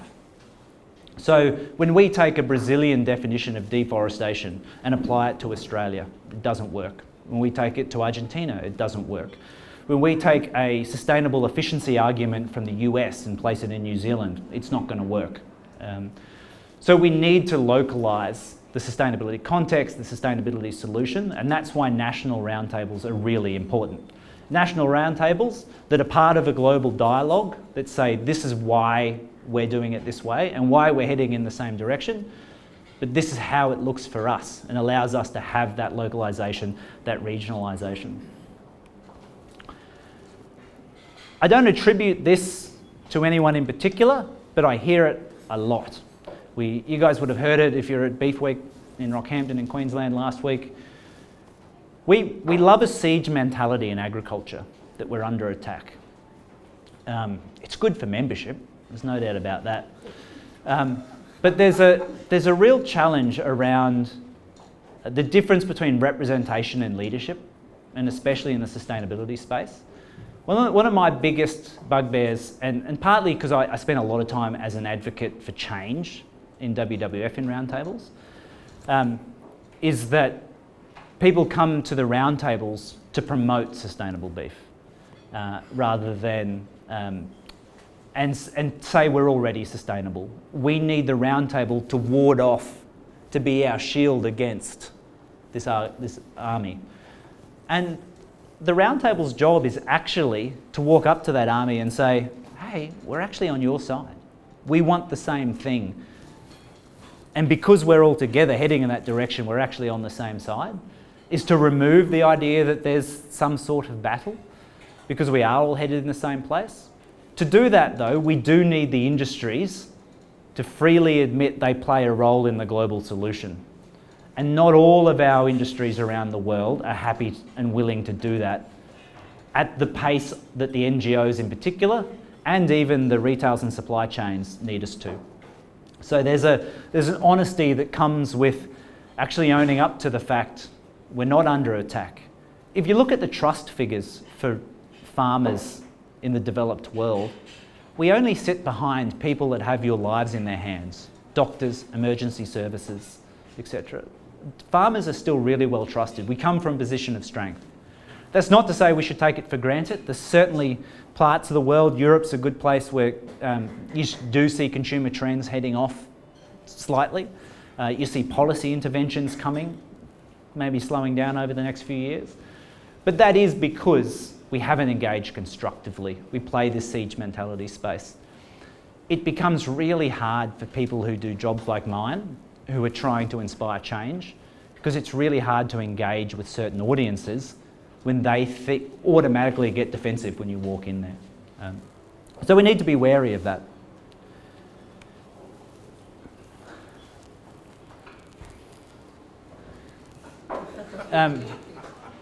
This was started. This was the beginning of a speech that a bloke called John Carter made. John is was the founder of a group called Alliance de Terra, which is a Alliance of the Land. It's a producer group in northwestern Brazil, a group of producers who are in the Amazon biome. Matthew McConaughey was playing him in a movie that got shut down for COVID. So he's an ex-Marine that went down and claimed some land in Brazil, and then some poachers tried to take it back.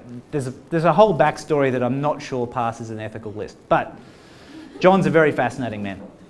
And he told the story that he moved down to Brazil, had no real intention of going back. He was down there for an adventure, but met a Brazilian lady and decided to live in Brazil. And it always reminded me that so many of what we call big decisions, and we talk about corporates a lot, fundamentally it is all people.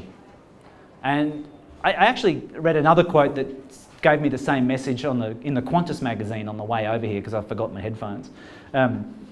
And it was by the head of the Great Barrier Reef Marine Park Authority in Australia, and she said, you don't talk to organisations, you talk to people within organisations. All of what we do is about people. It is about one-to-one conversations. It is not McDonald's, it is Mary. It is not JBS, it is Cameron. It is not Beef and Lamb New Zealand, it's Sam. And I think, over time, it is those relationships that become really important. And we learned about lived knowledge today on farms. It's a real challenge in corporate sustainability, is a lot of that gets moved as people move around businesses, up and down businesses, is how we continue those relationships, because so much of this is relationship based, especially in agriculture. How we win over agriculture is relationship based, and it's about people. And we often forget that when we start looking at industry responses to papers, and we see logos instead of people, and we don't ring people and say, I disagree with you. We write a formal response, and we don't get the context of the paper when we do that. So there's a challenge that we have to remember in all our relationships, like all relationships, it's about people. And I think often it's those who are responding negatively to things that are worried about organisations, and it stresses them out more than it does the people they're responding to. It's always the person that gets upset that's the most stressed, not the person who wrote the initial paper. I get told this a lot. and to be frankly, it's really true. I don't. And one of my biggest fears is people ask me, you've been to New Zealand 12 times now. What's New Zealand like? It's wet. Because 8 out of the 12 times it's been like this when I've been here. I was shocked when you guys told me average rainfall was like somewhere between 600 to 700 mils. I was like, how is it not measured in metres? It's raining every time I'm here. And that's even more so in every other country. Like the 43 countries I've worked in now, I've been to them all a bit less. It's also true, I can talk to you a little bit about how to collaborate as a group. I don't know how to report to GRI, yet I'm a sustainability expert. Every one of us might be an expert in one space, but all of these discussions are quite rich in the number of topics they need to cover. And we do need to be honest that once we step outside our little windows, you don't know what the fuck you're talking about. And we do need to listen. There's a lot of people I've seen in roundtables that don't listen. They're there with an agenda and a position. They've been told by their membership organisation or their business, come in and get that point across, that's it. But where does that sit? If it's an economic argument, where does it sit against social and environmental? How do we have a nuanced position on that by the end of the day if that's your only position. So we do need, the honesty of people to admit to this only comes with forming relationships and building trust. Now I can honestly say when I look around the executive committee and even the board at the GRSB, they are a group of friends. A lot of them have been there a number of years. They are really fun to catch up with. And we have formed great relationships over many years. And everyone that comes into that group gets warmly welcomed, and it's a really positive space. It was not like that for the first 3 years. It was a tense space. They were stressful meetings. But that trust in these spaces takes time to build, and then we can start being honest about the things we don't know and listen to the experts in the room, because some of them will be from outside the organisations on animal welfare.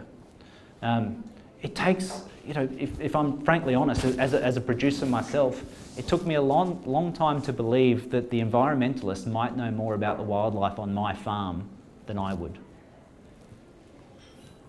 I didn't believe that the koalas had chlamydia. Well, I didn't want to accept any responsibility. They don't, by the way. The ones on our farm don't.